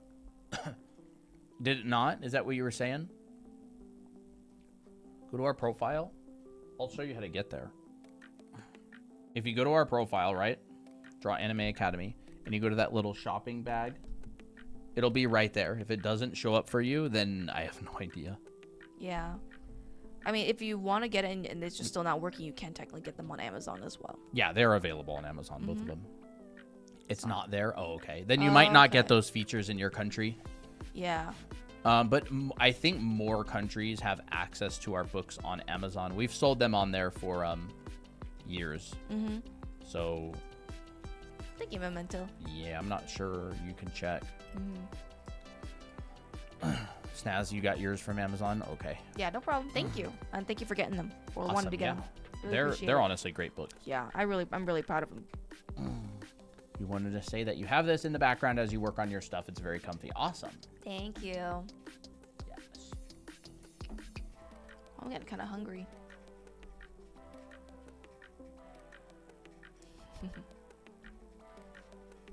Invasion of personal space, dude. Kitty. Cute little foot. She's so cute. Yeah. actually so surprised she's sleeping there. Meow. Mm-hmm. Meow, meow, meow. Meow, meow, meow, meow. This was a fun That was a fun little, little this was a fun little stream. Yeah. Like, talked about a bunch of really good stuff. Mm-hmm. I love, like, I know people aren't as interested in it, but I love getting into, like, the theory behind, like, design and stuff like that. It just, I really enjoy it. Like, seeing stuff like this is really, really boring, but it's so important. It's so foundational. If you want to, like, eventually become a professional artist, you will literally take, like, a $4,000 mentorship by, like, a super good artist, and this is the exact demo that they will do. I'm not even joking. They just write it down. Like, this is the exact thing that they talk about. This is so fundamental to, like, art and making appealing images. Symmetry, like, static versus dynamic, and they'll have other things, like, we talk about color theory and stuff sometimes, you know. Like, this is literally the exact type of stuff that I used when I did concept art professionally. Like, this, like, if your design is boring and you want to make it more interesting, you go back to this stuff and you check it. You're like, is it symmetrical? Am I breaking up things to be more interesting? Like, oh my gosh, dude, I was looking at some of my old work. I was specifically this one, right? Specifically this piece from a really long time ago right here. I made this when I was a student, and I would, if I were to improve this piece right here, like the design and thinking behind it, I would literally just go straight to this. And I would modify that stuff. Like, I'd probably put a little pipe right here, like a secondary shape, maybe coming through there. Maybe I'd, like, paint it, I don't know, red or a different color. Maybe it would be like a yellow pipe. That's cool, coming up here, going in there, right? We'd put it in shadow as it goes back in there. And I would go like, okay, maybe I'll have a couple splashes of color here and there. Like, maybe we'll have a splash of color up there. We'll have a splash of color, maybe like whatever, down like here or something, like a warning sticker on the ground. Ooh, pieces of paper. You already have pieces of paper in there. Yeah, my little paper assignment. I've been doing it since I was a student. Mm-hmm. I would probably break up these pipes. I'll ask, will you guys keep uploading courses on Udemy? Probably not. Probably not. I wouldn't count on it, but we are continuing to make classes. Yep. Our classes right now are way better than the stuff that we ever put on Udemy. Oh my gosh, yeah, they are way better. We are continuing our teaching efforts and making really, really good content. Mm-hmm. I still really like the charm of this room. It is charming. It's like, it like feels professional enough. It doesn't feel like amateur. Yeah. Like, I would go back and I would do this exact type of stuff. Like, what could I use? Like, what could I break up, right? Unevenness is huge. There's a really, really, really good sci-fi artist out there, Alex Senechal, I don't know how to say his name exactly. And he has lessons online, talks almost exclusively about like how to break up things and make them more interesting. He's a phenomenal designer, just phenomenal. It's so important. Unfortunately, our viewer base is not generally that group of people who is more interested in this kind of stuff. But I still do like talking about it. Snaz says, design scares me. Anything I have to think about scares me. I'm low-key brainless. It's a strength. It's like strength training. Yeah, you get better at it over time. Technically, Snaz, anytime you're designing a character, think about design. Let that sink in. You're designing. Yeah. It all goes back to like very basic fundamental shapes and principles. Like, it's just repetition over and over and over and over. And of course, you just can't beat getting feedback. Like, you know, if you want to go anywhere as a designer, like, you have to get feedback eventually from someone. It's just this, otherwise it's just like a really slow, tedious process of not really knowing. Yeah. I had a mentor when I was a student. He was a good designer too, really good designer. We became friends. He honestly just started mentoring me. He just started giving me feedback on my work. I never paid him. We worked together professionally after I became a professional. We were on different gigs together. Aww. Most of the time, he was cleaning up my messes. But The vibe. yeah, he's a good dude. He even sent me work a couple of times. He's like, "Oh, I think this guy's gonna be a hassle, but if you need work, I'll send you this job." And he did, and he was a hassle, but I still got paid $1,000 for it, so it was worth it. I didn't even know. Remember the untilt thing? Untilt? Yeah, No. that was a long time ago. I just found that work on a hard drive the other day. Oh. And honestly, if you Very- know dimensional drawing, chat, you'd be able to do hands like this. I was not able to do this until I did more dimensional They're drawing. noodles. They're noodles. They're noodles. There's so much to learn in art. I low-key actually get stressed just thinking about it. Honestly, as stressed as you can get about it, just remember there's nothing that you can do essentially other than just put pencil to paper. Like Yeah. all of the art, all of the complication, it all just ends with you putting your pencil on the paper and making marks. Like, or brush strokes if you're painting. Yeah. And So, like- it's a little bit at a time. Like, yeah, there's a lot to learn, but like in the end, you can only learn like one kind of thing at a time, one skill at a time. Like, just think proportions. If I get that first, then everything will be easier. Your attention can only be focused one place at a time. Yeah, exactly. So just, practice, focus on what's in front of you, and have fun with it. Try to have fun and enjoy it. Mm-hmm. I have the most fun when I'm doing, like, storytelling. Like, I had a lot of fun, and I mean a lot of fun on this piece.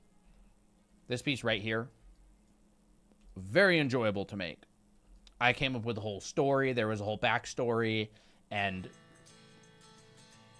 I painted this out and was like, oh, the monster fish with the big teeth and the redneck guys in the boat with the truck, and they're fishing in this nasty, ugly bog water. And there's like spotlights on them, and I had a lot of fun with this piece.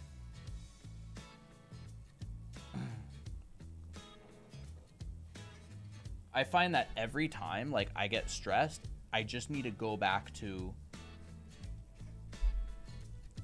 what made me passionate about doing art in the first place. Yeah. What should you learn first? It depends on your goals. I don't want to assume what they are. Like, what is your goal? Like the end goal. Like if you could snap your fingers and you'd be there, where would you want to be? Like realistically, like what do you actually want to work towards?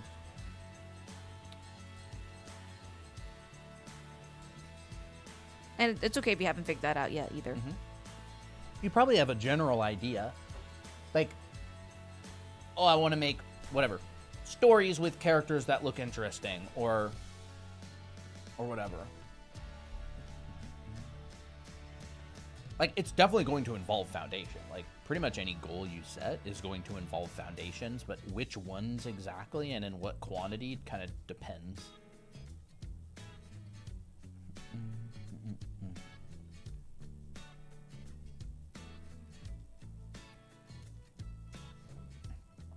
Got some nice juice tonight, dude. Nice. Blue slush.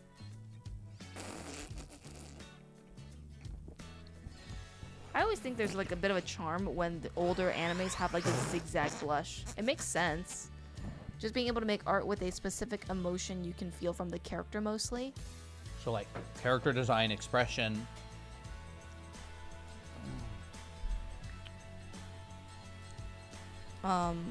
You know, you probably get into portraits Like as that? well. Like, like lighting characters with specific feels and vibes and stuff like that. Like, More illustration type thing. yeah, sounds like more illustration and stuff. Is that kind of what you're talking about?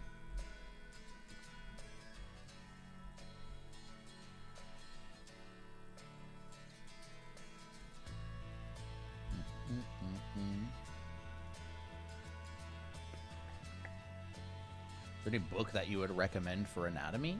There's a lot of books. Yeah. There's a lot of good books for anatomy. There's Morpho. There's Stonehouse's Anatomy.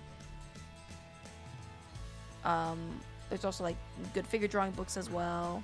Michael Hampton's Design and Invention is pretty good. Michael Hampton's figure drawing. Figure drawing, design, and invention is good. Yeah, it's a good one.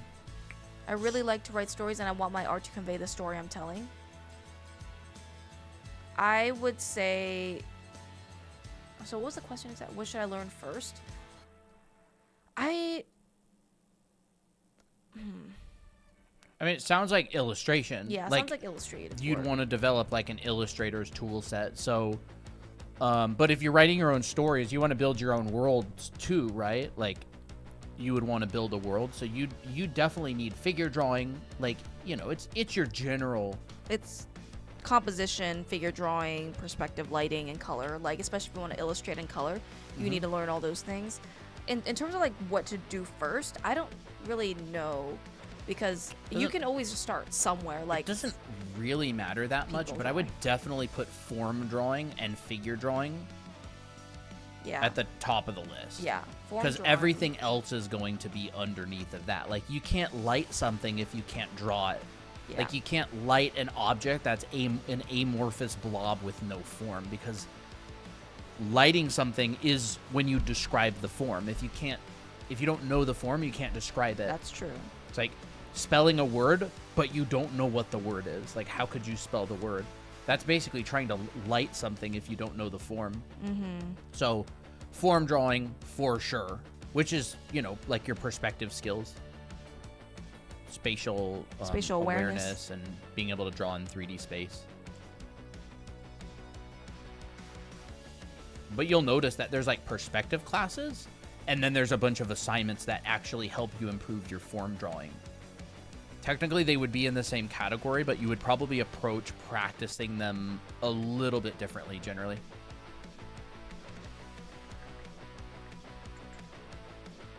Let's see, form drawing, figure drawing.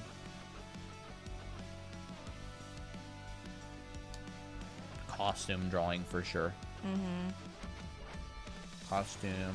You know, expressions and stuff. You know, we have an expression section in our anime art school that's like specific to the character. So I'll just show you this really quick. Yeah, I'm writing all these down, by the way. I'll let you screenshot it, or I'll Yeah. post it in the Discord server for you. So, Let me just turn off the warmth. Alright, so this is like the expression section in our anime art school, and we basically take two characters and we draw different kinds of expressions and intensities for the specific character. And we think about the story. We think about like, how would they react to this? So this is Composition. just stuff like that, based on the personalities. I really like assignments like this because it's not just there's not just only one kind of expression. There's like different kinds and shades. You know, like what insane? Like, okay, well, mildly insane versus very, very insane. Like that can look different depending on the situation. So Colton's writing all this stuff down, but like that's one of the stuff that we go through as well in the class. again, like there's a lot, because what you want to do is a batch skill. Most people want to draw things that require proficiency in multiple skills, which is totally fine, by the way. It's normal. It's fine. It's cool, you know. There's nothing wrong with that. If you want to draw a dynamically posed character, you need to know form drawing and dimensional drawing. You need to know perspective. You need to know some anatomy. You probably need to know costume drawing, unless you want them naked, right? Like, there's a lot of different skills. If you want to light them, you need to know color theory. You need to know lighting. You need to know composition, right? It's like a design skill. So there's like many skills that go into one drawing.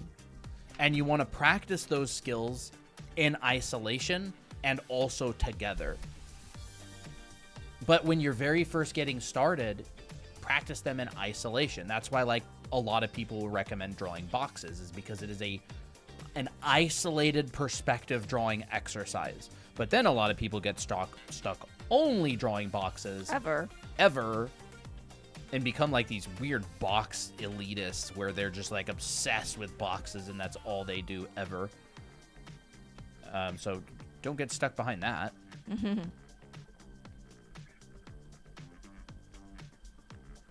Okay, so I'm just writing out some of these here. Those are the ones that I can think of off the top of my head. You can take a screenshot of this if you want.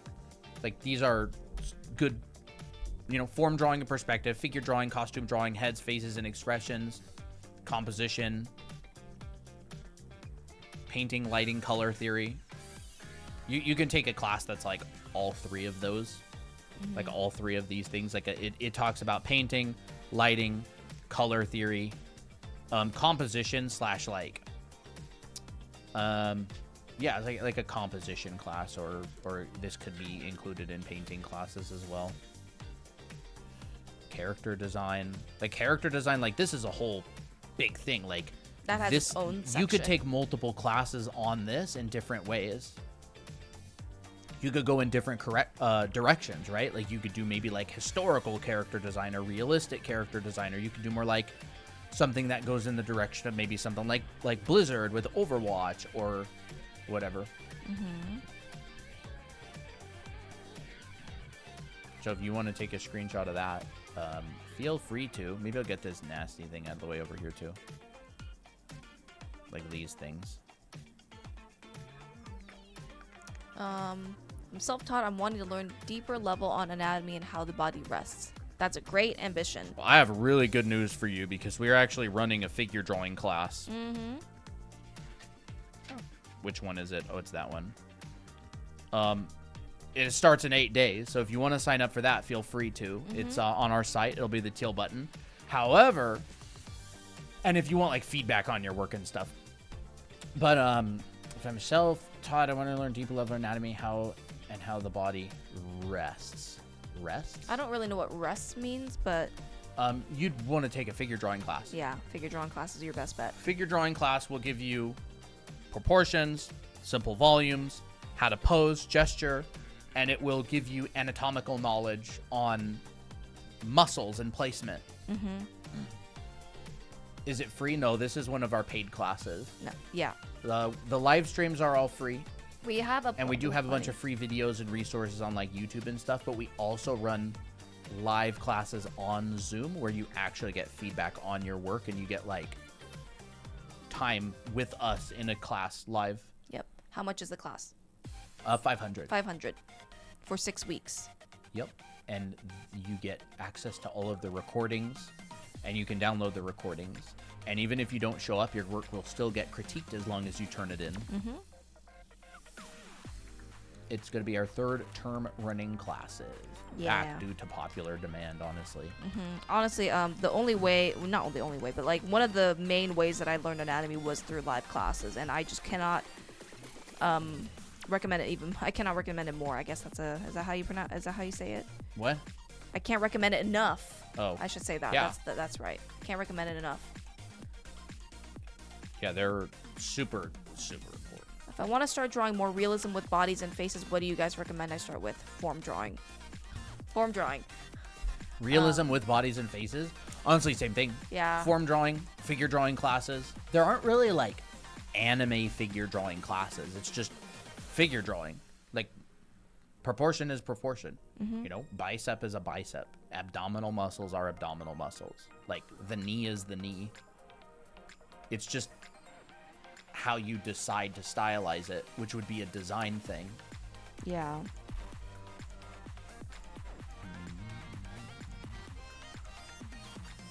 Does line of action actually help? I think it does. Yeah, it helps a lot. I mean, like, it just depends on, like, how you use it. Like, if you are expecting the line of action to basically magically make you draw a figure, that's not really what it's used for. The line of action is just to show, like, a main idea of what the pose is doing, and just to give you, like, a main idea. Like, this pose, the line of action is this. Definitely. And plus, you know, a little bit of this, but, like, Which is it's like a counter that's a shape. counter shape. But, like, that's the main gesture. This is the counter shape. This is line of action.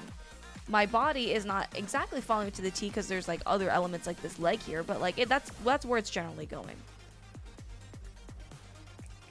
How can I improve 1% daily? You draw a lot every day. I don't know.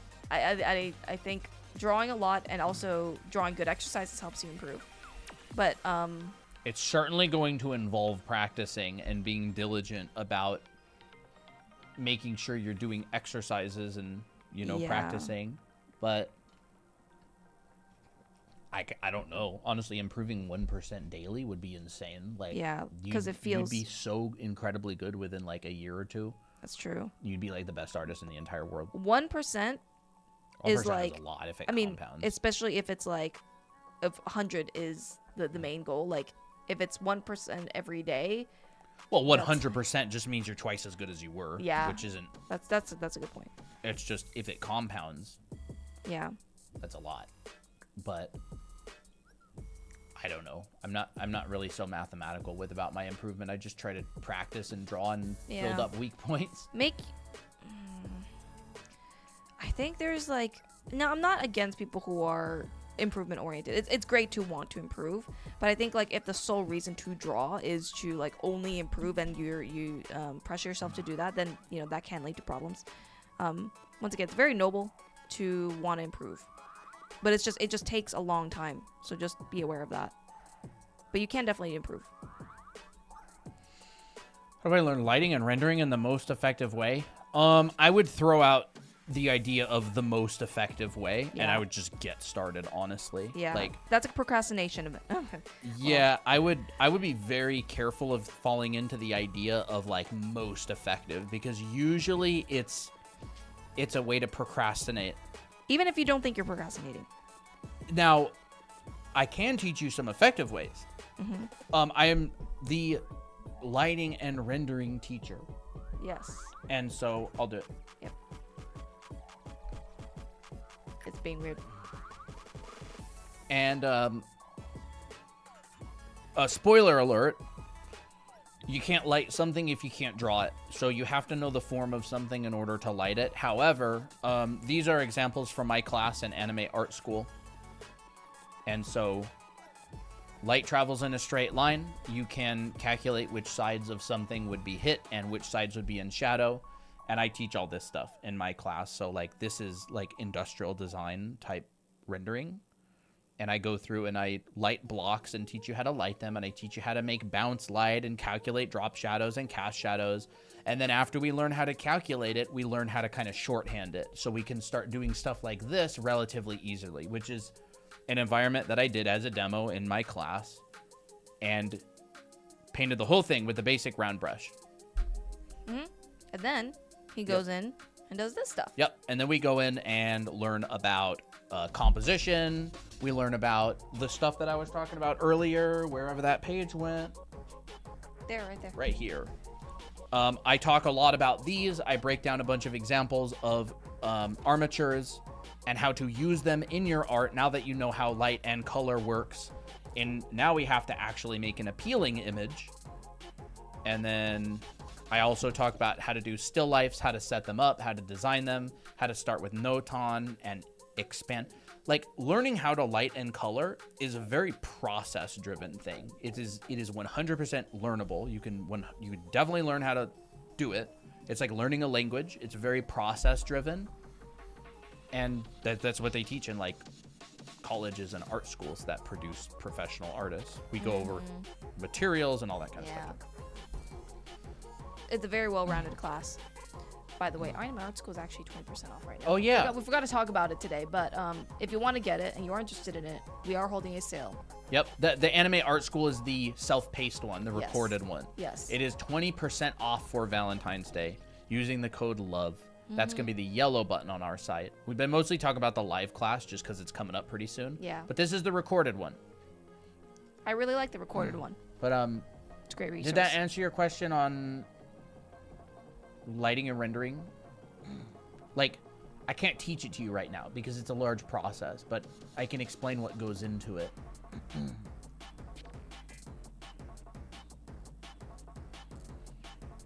Of course, all that comes after form drawing, by the way. Yep. Because if you can't draw a cylinder, you can't light a cylinder. Like, If you don't understand how to shade a sphere, it's hard to shade hair. yeah, Even. you know, like, it comes after understanding how to do this kind of thing. Right? Putting a cylinder down. That's why it's class number, what, 5 or Yeah. 6 in our school? Which one is it? 5 or 6? I think 6? it's. I think it's 6. 6. Right? Yeah, it's 6. If you can't draw objects in three-dimensional space, like, say, I don't know, a box right here, maybe we'll rotate it so the box is like this.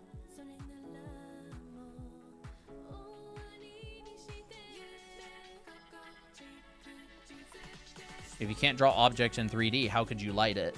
Because when you start lighting things, let's say we have a point light right here. Well, we're going to need to, you know. Ooh. Spartan says, just got anime art school. Excited to start learning. Oh, did you? Really, Spartan? That's awesome. When did you get it, like, right now? Yeah. Like, right now? Did you get it with the discount? Make sure you got it with the coupon. Yeah. But I did want to actually say that if you did just get anime art school, we are running a watercolor promotion as well. Yes. Which I'm distracted by my drawing here. Here, you can keep drawing. I'll Yes. talk about it. Yep. Spartan. So we do this thing when people get the anime school. art school. We're actually running it right now. You get a watercolor of your own character. If you have an original character, an OC, we'll do a watercolor drawing live on stream and mail it to you in the mail. So if you want to reach out over Discord, DM me or Christina, we can set up a time to do that. Yes. That'd be really cool. Yeah. And anybody who does get anime art school, by the way, you do get 20% off and you get a watercolor of your character. Yep. So shipped to you. If you want it shipped to you. We'll keep it for you otherwise. yeah, this is extra special. Honestly, we don't really combine promos like this, but when it is available, might as well grab it, right? Yeah. So reach out to Christina or I on Discord. Preferably me, because I'm the one that does the watercolor. And Yeah, I would, Christina does do them. yeah. All right. So I know this is really boring, but I just wanted to talk about it really quick, right? If I could not draw these blocks right here, I would never be able to render them. Why? Because if I want to cast a shadow from this is my light, if I want to cast a shadow from this light, I have to pull a line off of... I might have a horrible angle for this. I need to flip my canvas. I need to pull a line off of all of my corners, right? Here's a corner right here. There's a corner back here that I can't see. Like this. Zoop. Crap. I can't draw straight lines, my bad. It's hard to draw straight lines. At Close an enough. angle. Right? And then we need to pull a line off of this corner. Here's my shadow. Maybe mark out the corners that you use. The corners that I use? The corners that you calculate with. Like that corner. Yeah, there's my shadow. See, this shadow, we actually wouldn't be able to see it. It's back there. Wow. But we would need to know it because here's my cast shadow and it connects to here. So if I want to shade, if I want to cast a shadow and I got a light right here, this is my shadow. There it is. And then this side of the box is going to be shadowed. And there is the light and shadowed side of the box. And then this one would probably be partially in shadow because it's pretty steep. This light is hitting this plane at a really steep angle. And there we go. This shadow is going to probably be a bit darker. This shadow is going to receive some bounce light. And then if we wanted to light this sphere, we have to do the same thing. What I like to do when I light a sphere is I like to just connect it to the ground using a cylinder. Oh. And then I will connect and I will actually drag out these lines like this. So what would the shadow of this floating sphere look like? It would look like, we'd connect this to that. It looks something like, this is hard to draw.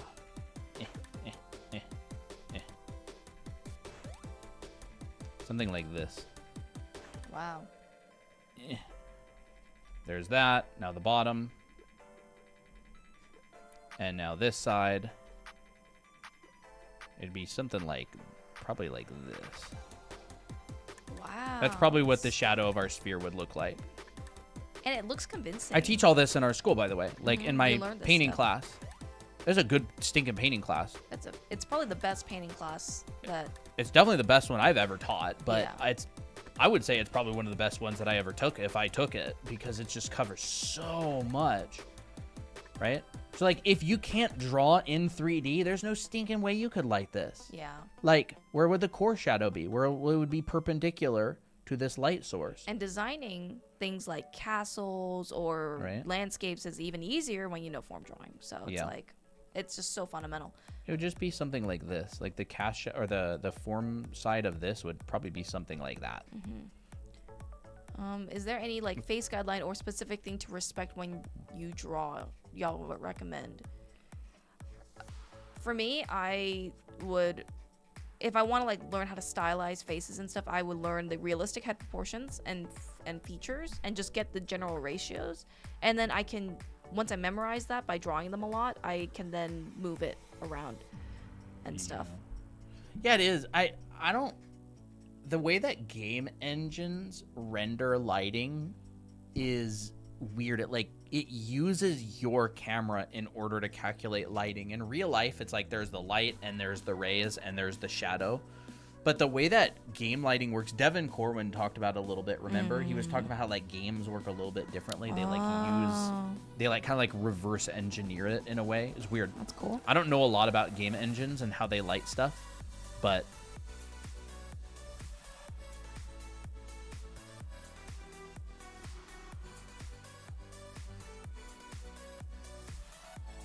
There you go. Now she's cute. Do you have any painting techniques or concept art lessons in the school? in the school, I talk a lot about what I learned as a concept artist, like tons of painting techniques. Yeah, like a lot. Concept Talks a lot art about design lessons. as well. We do have a character design class in the school, and like concept art is pre-production for video games. So design, yes. Concept art specifically, not really, because that's not the goal of anime art school. It's not to turn people into concept artists, but they would be the same tools that you would use as a concept artist. Like concept art is a job to design things for a project. The project may be your own world, so Yeah. you would make concept art for your story, and like I'm designing the pose that, or not the pose, the costume that the main character uses. That would be concept art. Like you could make concept art for your own project, and that would be like what the character design class covers. That would be like The what project class. the project class. I mean, I'm even designing a lot in my painting class. Like I'm talking about how to design and evoke certain feelings or storytell. Like that would all be classified under like concept art. But Now- again, concept art is the intention. Like, Yeah. are you designing something for future use to help yourself in the future or whatever? Now, Colton used to do mentorships for concept art, Yeah. which I don't know. Are you still doing that? If someone signs up, yeah. Yeah. So I do there's that option. mentorships. That's what I used to do a lot of as well. I was a concept artist, and then I mentored a lot of students who wanted to become concept artists. And so all of those things I do talk about quite often in my classes. Designing, mindset. But like again, concept art is a job. So it's like driving lessons. Truck driving is a job, and it utilizes driving, but maybe the class isn't about truck driving. The class is about driving. Like I can't think of like a good example off the top of my head, but like, yeah, I do teach a lot of those skills. Legs are cylinders. They're also tubes. They're just tubes that go a little bit that start thick, then go a little bit thin towards the kneecaps, then they get a little bit thick again for the calves, and then they get thin again for the ankles. That's the quickest description I'll throw in. This is like a really flowy and simple version. If you want to go a little bit more blocky, it's a cylinder. You can draw a sphere to connect the cylinder to the kneecap, and then we got another cylinder for the lower leg, and then we got like a little wedge, like that. You know, wow, that carousel we posted is kind of blowing up. Really? How much? Like 57, 58K now. Ooh, okay. I feel kind of bad for people, honestly. Why? They like post TikToks for years and be like, my post finally got 1,000 views. I'm so happy. And we'll like post nothing, and then we'll post one thing, and it'll be like 2 million. I kind of feel bad sometimes. Well, to be fair, we went on a grind for making. We failed a lot of TikToks as well. To be fair, we spent yeah. like over a year failing, Yeah. and getting barely any views. Hazel B, would you say that the materials you use matter? Because I use an iPad where Procreate crashes a lot. I wouldn't say they don't matter. If someone tells you they don't matter at all, I would disagree with that. Yeah. However, the tools themselves won't make you a good artist. Like they won't.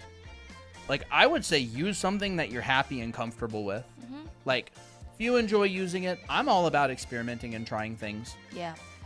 You can absolutely just use an iPad and Procreate for Yeah. sure. Like that's all Christina uses on stream ever. Yeah. If it crashes a lot, it could be because maybe your iPad doesn't have enough Maybe is it RAM old? or something, or it's old. I don't know. I don't know. That's kind of weird. If it it is crashes kinda a lot, weird. I'm not sure. Because Exactly. like I never had Procreate crash on me that a lot, so not sure. Puppy. Kitty. Like, it depends. It depends on you. Like I would, when I very first started, I literally drew with a trackpad on my MacBook. My iPad is ancient. Okay, that probably is why.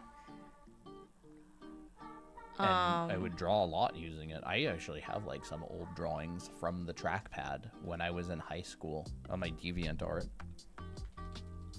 I would say if it crashes a lot and it's actually like hindering your drawing, just switch to paper and pencil, or like try to save it for another drawing pad, iPad. Yeah, paper and pencil would be pretty good as well. Yeah, like we all started with paper and pencil. Like I started with paper and pencil because that was all I had, you know? How to draw from imagination versus model for figure drawing. Most figure drawings are basically from live references and models.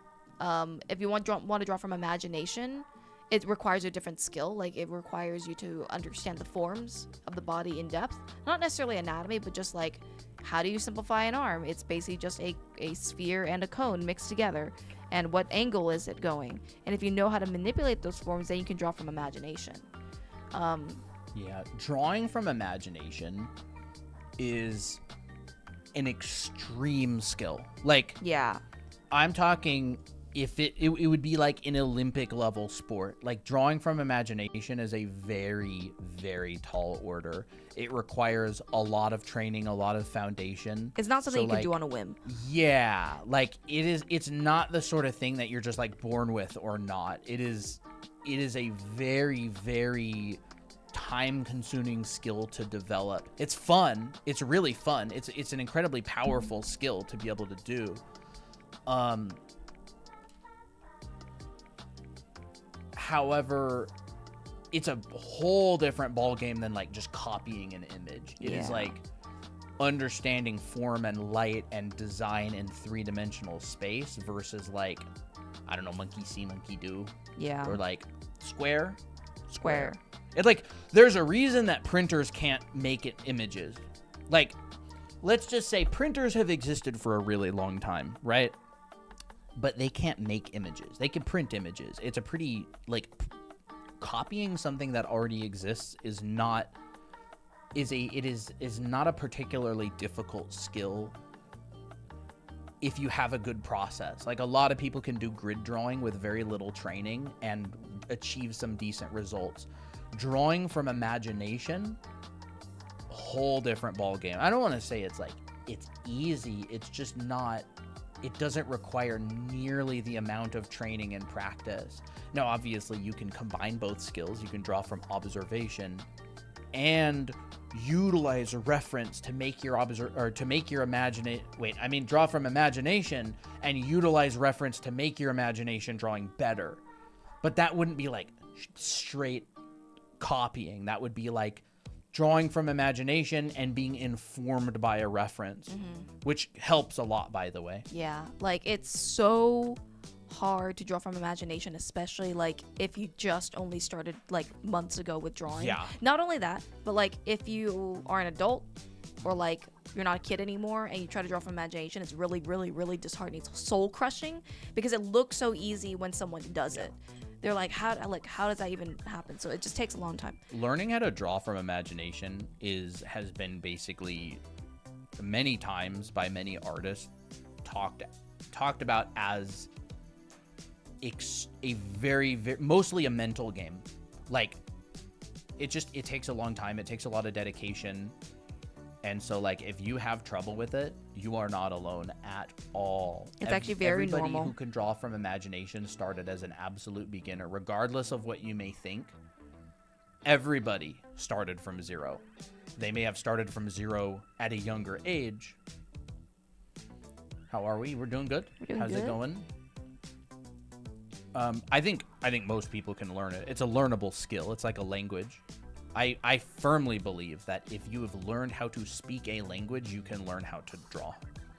Because it's a visual language. It's not like a if you have it or you don't kind of thing. It's I have seen way too many people go from no talent, can't draw at all, to professional artists to still believe that it's either a thing you can do or you can't.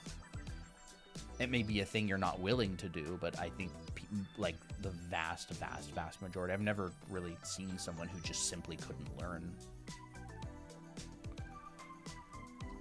But it's a buildable thing. Like there's art schools that very consistently take people who are beginners and produce professional artists at the end. Like it's a learnable skill that you can, if you practice and use the process and do your best. Like it's like there's a lot of schools out there that teach kids how to speak. Like you go into school and kids, their brains are like so, Sponges. so good at, they're like sponges. Like they learn how to speak so quickly, and you learn language and you do your alphabet and you write your alphabet over and over and over and over and over and over and over and over and over again. And you learn words and sentence structure. It's like if schools taught drawing the way they teach speaking, most people would be incredible artists. That's very true. I firmly believe that. Like you'll see there's like manga artists, or there's like artists out there that started learning art as well from like a very young age. I think adults can learn too. Oh yeah. For sure. I know people who started over 30 with zero drawing experience who are working professionally now, like at a very high level.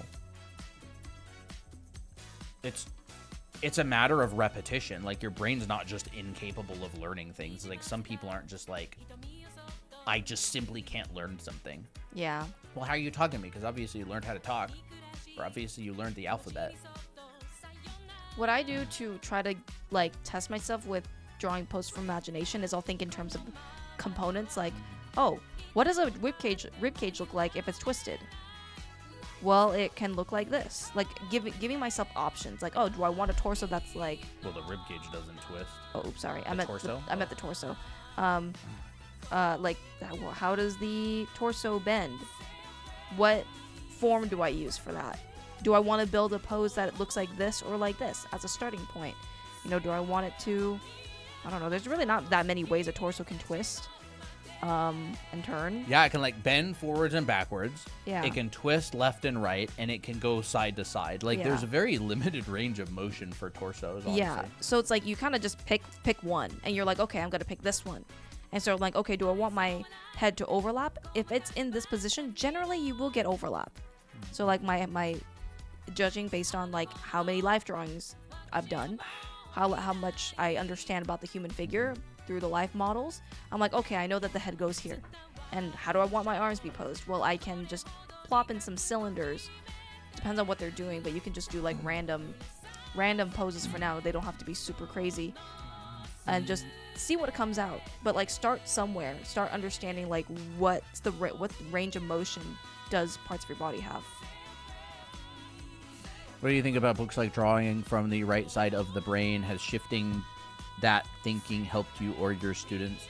I think it's a good starting point for lack of a better term, for like normies. I think that book particular, I don't think Christina knows anything about that book really. I've only heard like a little bit about it. I had that book and I read it a long time ago. It wasn't really for me.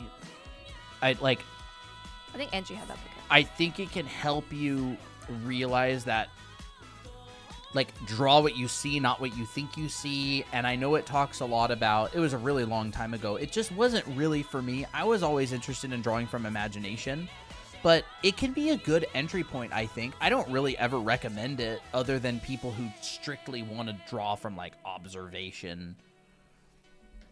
I'm too deep in, like, the design world and drawing from imagination world to really recommend it in almost any circumstances.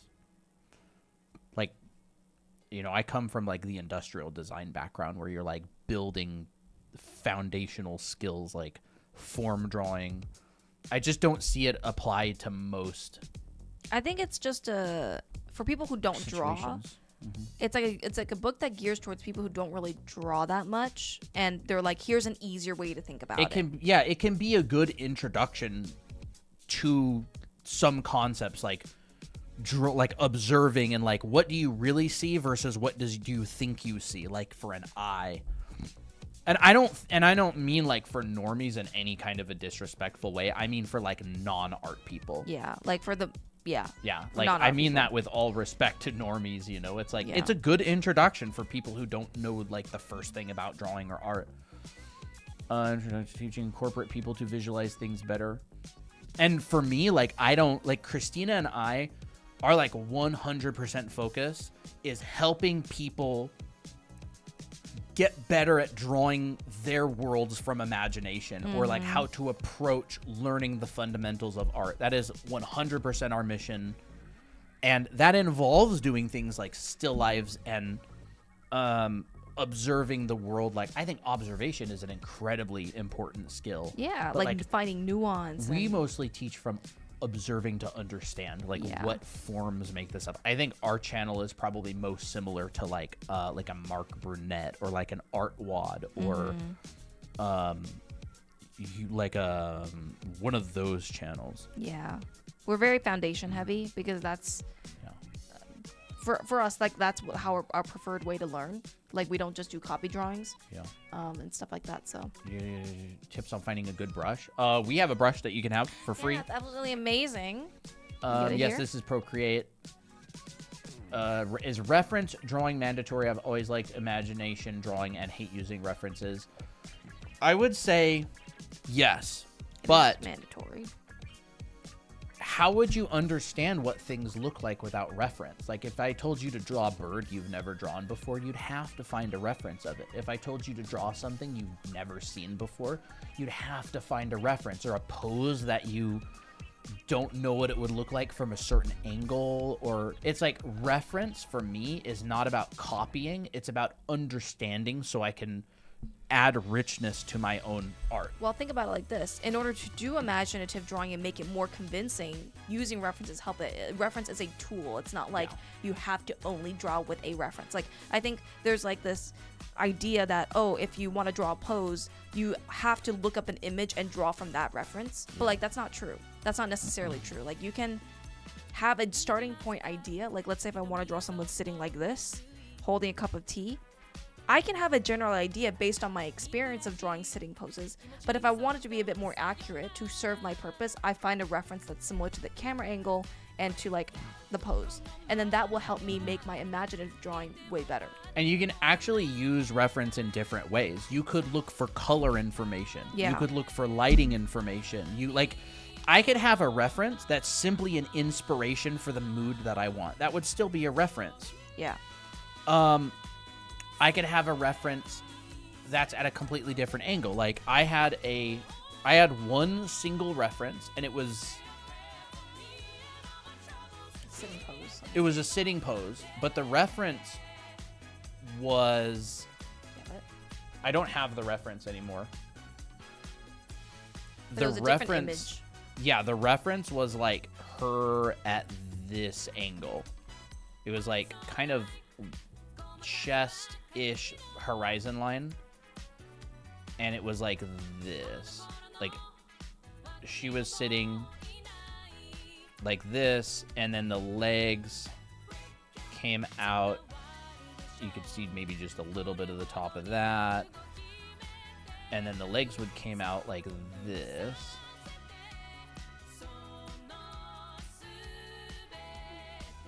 And down like this. So like my reference was actually an angle that I never even drew.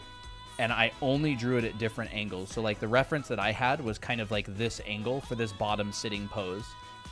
And I drew it from 8 different angles, and I never had a reference for these angles here. I was looking at the pose and trying to understand what was happening in 3D space. So like I used reference in a way that was geared towards helping me like understand what was going on.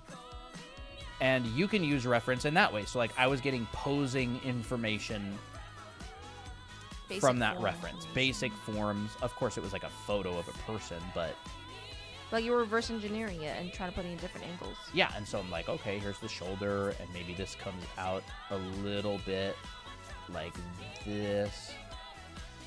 And then this arm kind of goes up like that.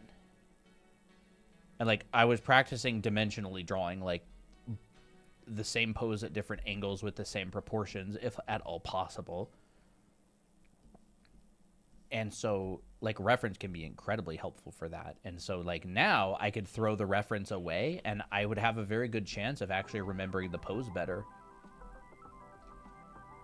Like multi-use studying, I guess. Yeah. And like there are many different ways you can use a reference.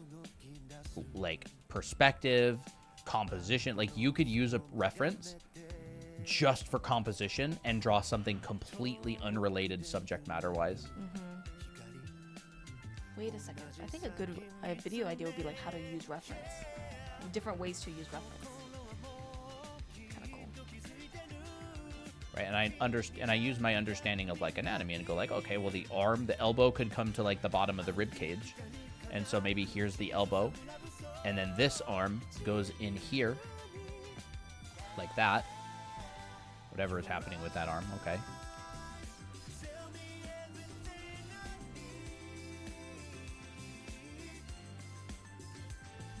You can tell when I draw a line from an angle that I'm not good at, my line goes...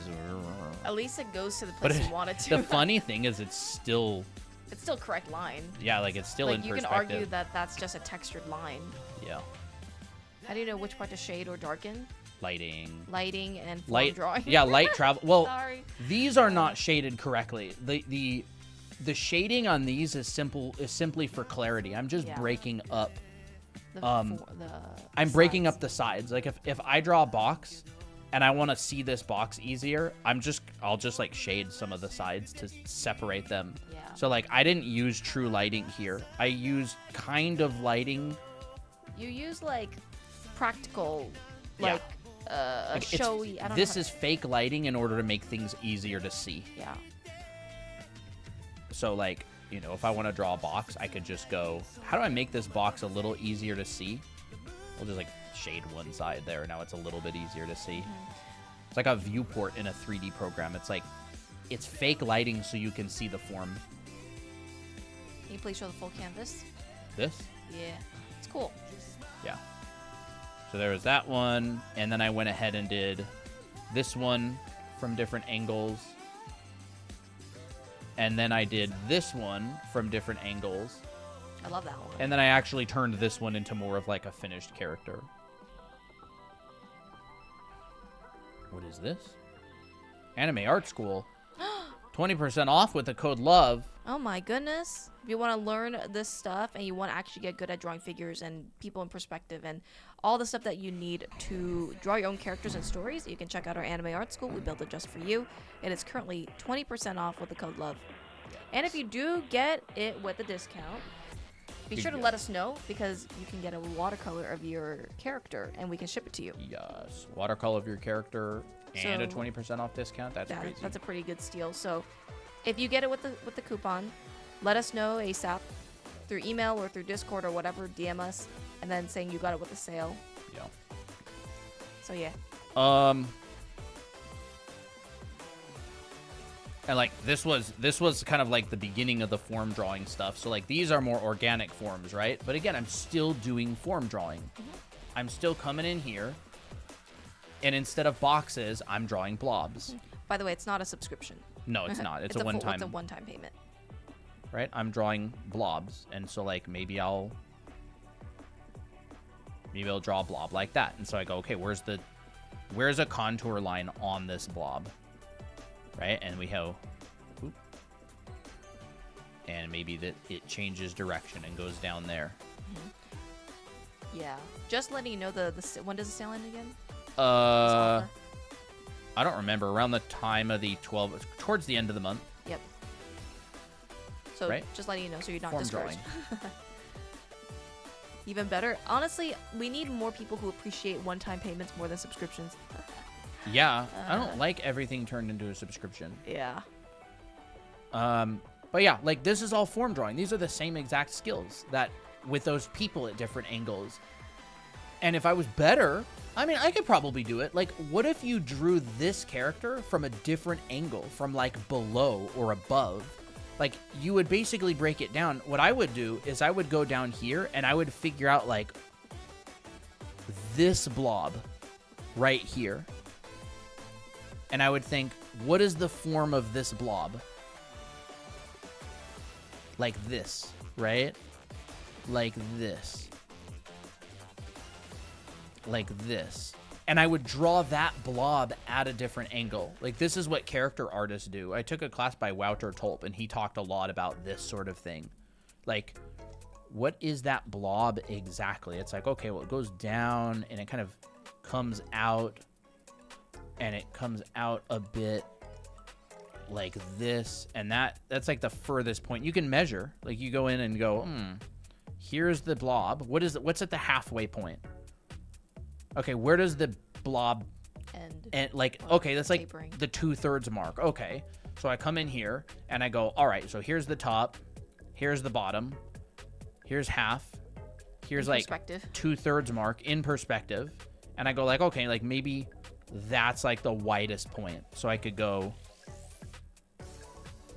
like that. Like, there's the blob of his body, or kind of, I get this is supposed to be Applejack, so it is. Yeah, it's his body. That's why I like that plushie. Right? And it's like, where does the arm connect?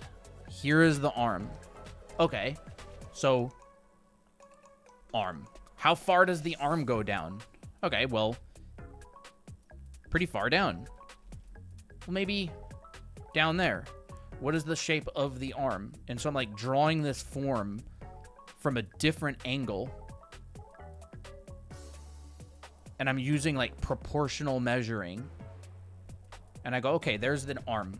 Okay, well, what is on the arm? There's like that strap thing, all right? And it's like, okay, it's on the outside of the arm.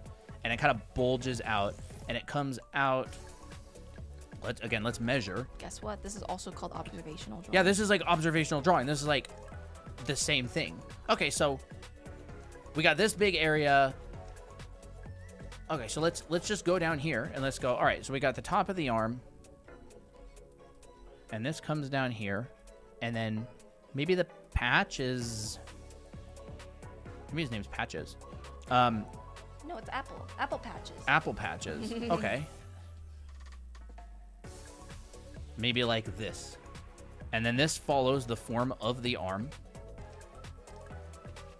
And this bulges out. It's like you can see how I'm like really studying this object, but I'm observing it to understand the 3D forms and proportions. And then my dimensional drawing skill kicks in and I'm drawing around the form, right? If I drew a perspective grid on this, it would look like this. Like I'm looking down at this from above. And I'll adjust as I notice things are different. Right? And like, what does the head look like? Okay, well, the head looks like a potato. Lemon Jack. The head looks like a potato. Potato Jack. And it kind of... Okay, like how far... Okay, so if I come out and down, like how far over the front of the chest is this? Pretty far. Is like the front of the face, right? We've got like this area in here. So let's do that. Like, okay, we got like the upper chest. Here's the upper chest. Up. And this comes out pretty far. So maybe the head would come out about that far or so. And this bulges out a lot and goes in and kind of comes up like that. Well, it's like this is how you draw characters in different angles and keep them the same. Yeah, you're like this is an insanely good form drawing exercise, by the way. This is like what you would get in a character or form drawing class. All right, so we got this. Where's the nose? Okay, well, the nose is kind of here. It's like a little This comes out like, yeah, it's like that. Okay, the nose is kind of like there. It's stuck out a little bit like that. And then the eyes kind of like right there, and it goes up pretty high. And then it's like very squarish. I love And that it's the got mouth like is so little apple-jack. ears.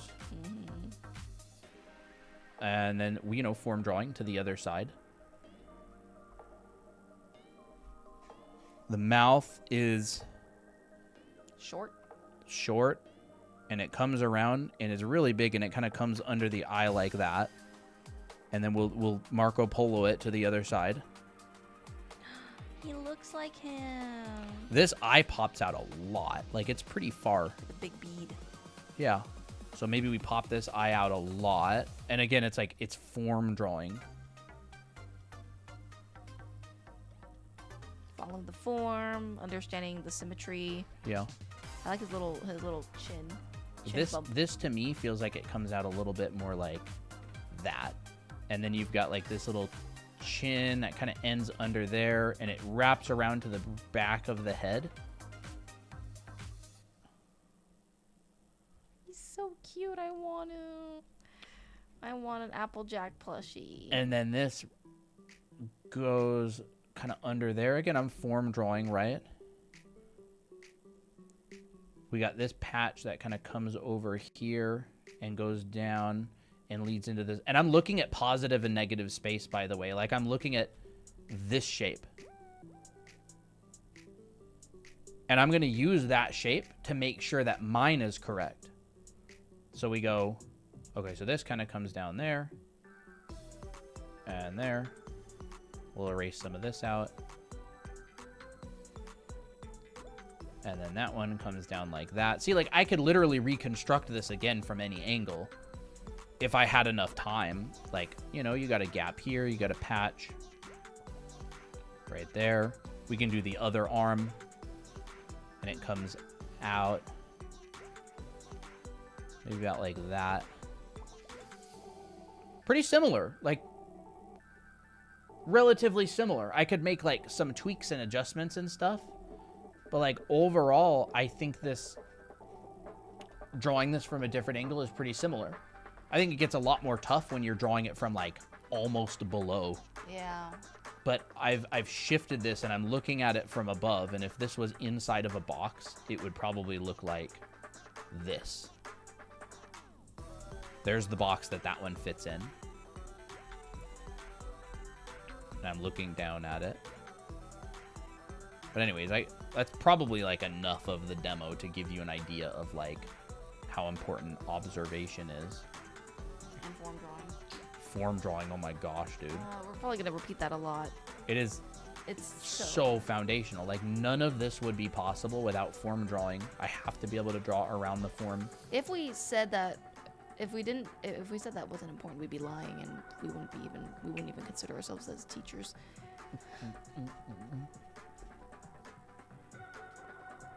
And that's like the 3/4 angle is one of the most useful, one of the most informative angles you could possibly have from something. Like, a good modeler could model this entire thing in 3D using just this angle, and they could basically guess the rest on the back. If you're a good modeler and you're decent at design, you're like super, super, super powerful for like a game studio. That's kind of cute. It is cute. Wait, don't forget to add his little chin bump. Chin bump. Oh, yeah. 'Cause that's very Applejack. We got a little chin bump. Look at that. Oh, perfect. He's so handsome.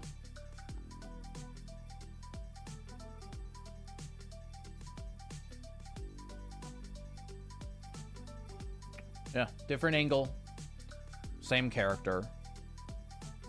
And we could come out, and in perspective, we go, well, where's the tail? Okay, here's the tail on the back. We could come up, we could come out, and we could gauge how far away that tail is. And we could draw it from a different angle. We could make a side view of this character. You can make a top view of it. Wouter Tulp teaches a lot of this kind of stuff in his class. He's a really good character designer. He Just is. his stuff is so good. Yeah.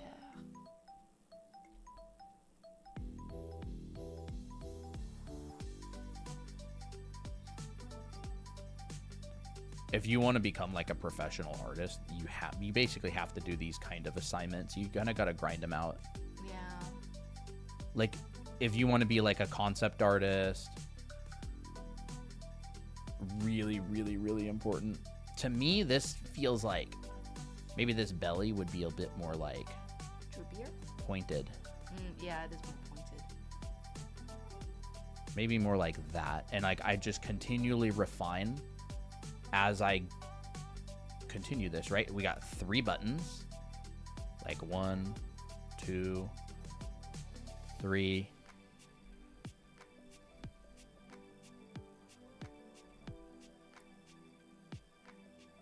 How do I add variation in the faces of characters like shape? I find it hard in stylized drawing.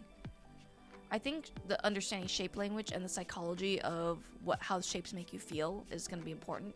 Like, what does square make you feel? Things that are more rectangular make you feel? What does something that's triangular, how does that make you feel? And same thing with like circular. Like this character, for example, is very round, but he's got some square features. So he's got a mixture of those things. Yeah. You can actually see that this character here, he has a very round exterior, but the inside shapes, a lot of them are very sharp. Yeah. See, this is a really sharp shape. This is a really sharp shape, and it's kind of like disguised, right? You get these really round, soft, friendly features on the outside, and then on the inside, I'm just using a whole bunch of sharpness. We actually have a character in our book that's like that. Yeah. Book volume 2. We got this girl that uses the same concept right here. There it is.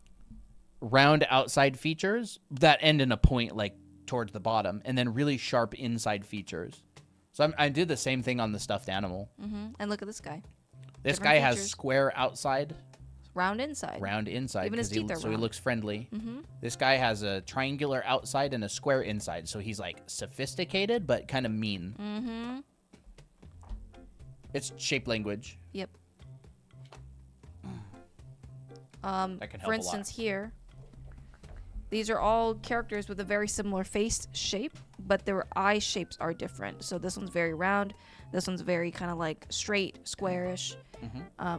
This one's more round, but has a sharp point to show some like energy. And this one's like rounder, but thinner to show maturity. So it's like those kind of things as well. Can add a lot of depth and variety. Yeah, for sure. Shrimp posture. Silly. It's I find this stuff so fascinating. Like there's so much to art. It's like a never ending hole that you can fall into, and it's so interesting.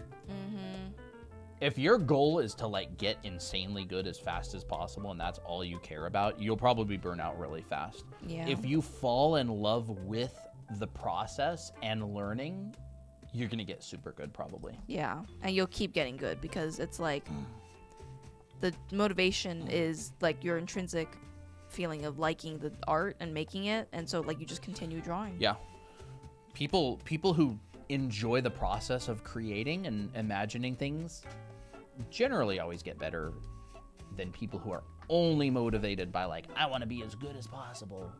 How do I get good as fast as possible? Like That's a red flag for me. That's a red flag for me. it's Sorry. usually a question. Yeah, the question usually leads to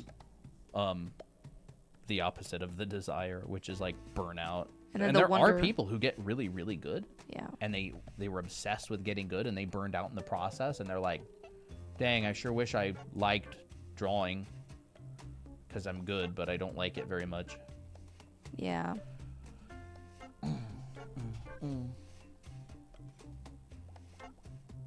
By the way, that like Applejack variation drawing that I just did, that's stinking form good assignment. stinking form Like, assignment. I didn't invent it, by the way. Like, drawing the same thing from a different angle, I didn't invent that, dude.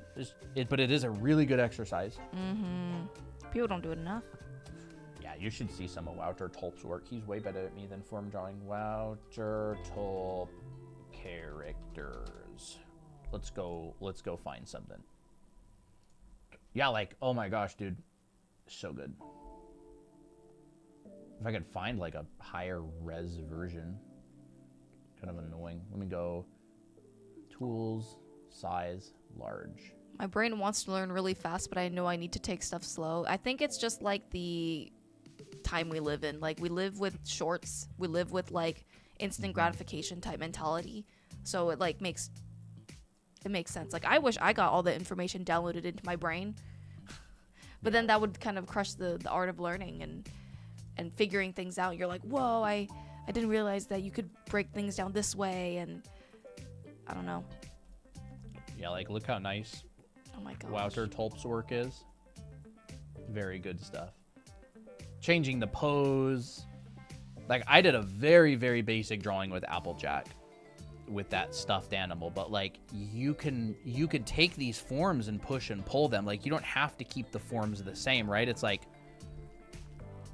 you know, you have a blob, you can like stretch that blob, you know, like pull it, you can like squish the blob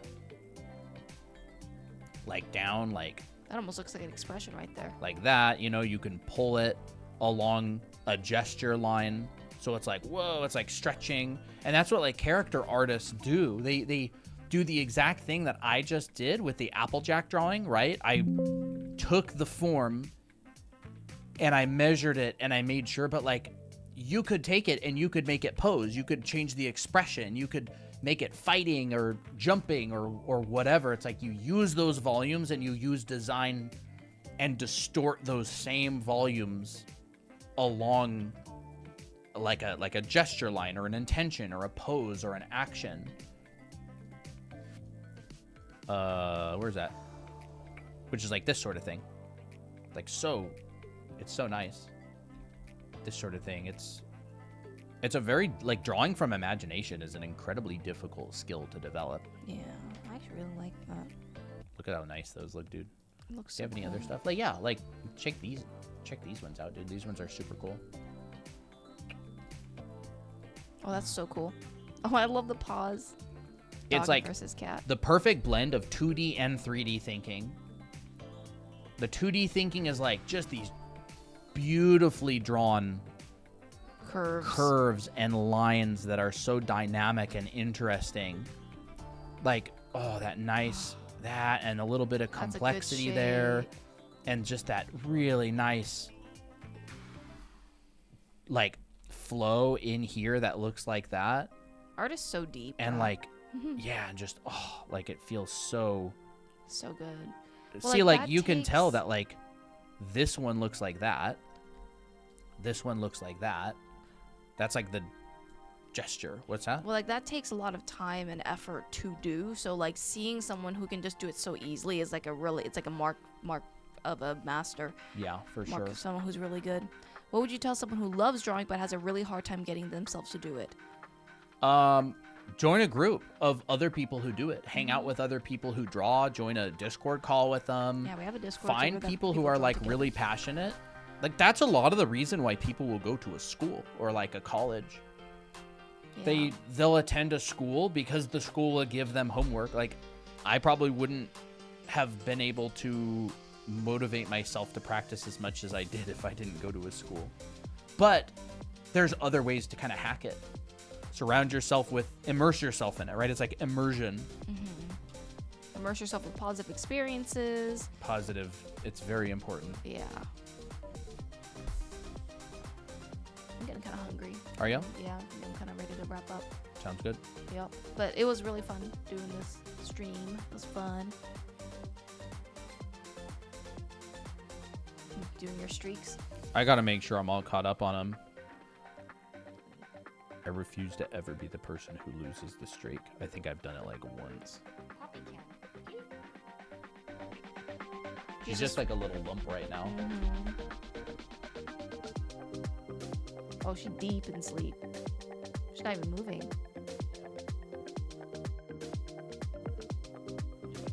She's doing honk shoe. She sure is doing the honk shoe. Seeing this when I just decided to lock in on art is crazy. That's great. That's great. Lock in and Lock in. and nurture the feeling of locking in, because it's like I always think back to if I start getting bored of drawing, I'm always thinking about finding that initial spark of why I wanted to draw in the first place, and I try to remember that. You kind of have to trick yourself into practicing and enjoying it. Yeah. If you lie to yourself enough times, you'll start to believe it. So by that logic, what if you just told yourself like good things all the time nonstop? Yeah. Like, you know what I mean? Like if you can like brainwash yourself, like wouldn't it be sick to just like brainwash yourself of like good things? Mm-hmm. I Like want to positive- positivity. Like positive. Positive Like, Delulu. Like, yeah, like be positive, Delulu. Exactly. but like I love it. Delulu in a good way. Well, I think we'll probably wrap up. Mm-hmm. It's getting kind Jack. of late. Nice. Finish your drawing session for the day and stumbled upon this. Looks cool. Awesome. Awesome. Thank you. Yeah, we covered a bunch of fun stuff today. Yeah, fun bodies and stuff. By the way, don't forget, our live class is starting in 8 days. If you want to still sign up, you still can. Yep. Figure drawing class. If you've always wanted to learn how to draw people, and you want to start that training arc and get better, And our get figure drawing class starts on Saturday, the Yep. 21st. We get live feedback as well on your art. So You can take a screenshot of that, as long as it's centered. There we go. there we go.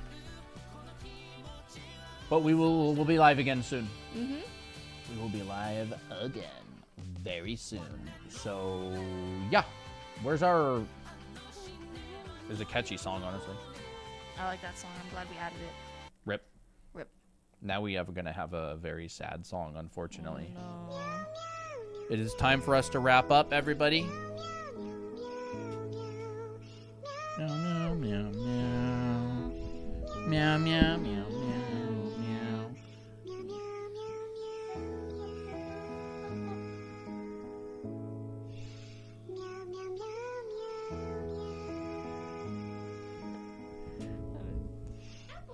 Apple's here. Applejack's here. Want to say bye-bye to chat? Yeah, I'll show him and we'll say goodbye. Come on. Don't get your little feet ran over. There he is. Ah. No. Poppy Bye bye, chat. Bye-bye. Bye bye. Bye-bye. See you, everybody. Bye-bye. Happy Valentine's Day. Happy Valentine's Day.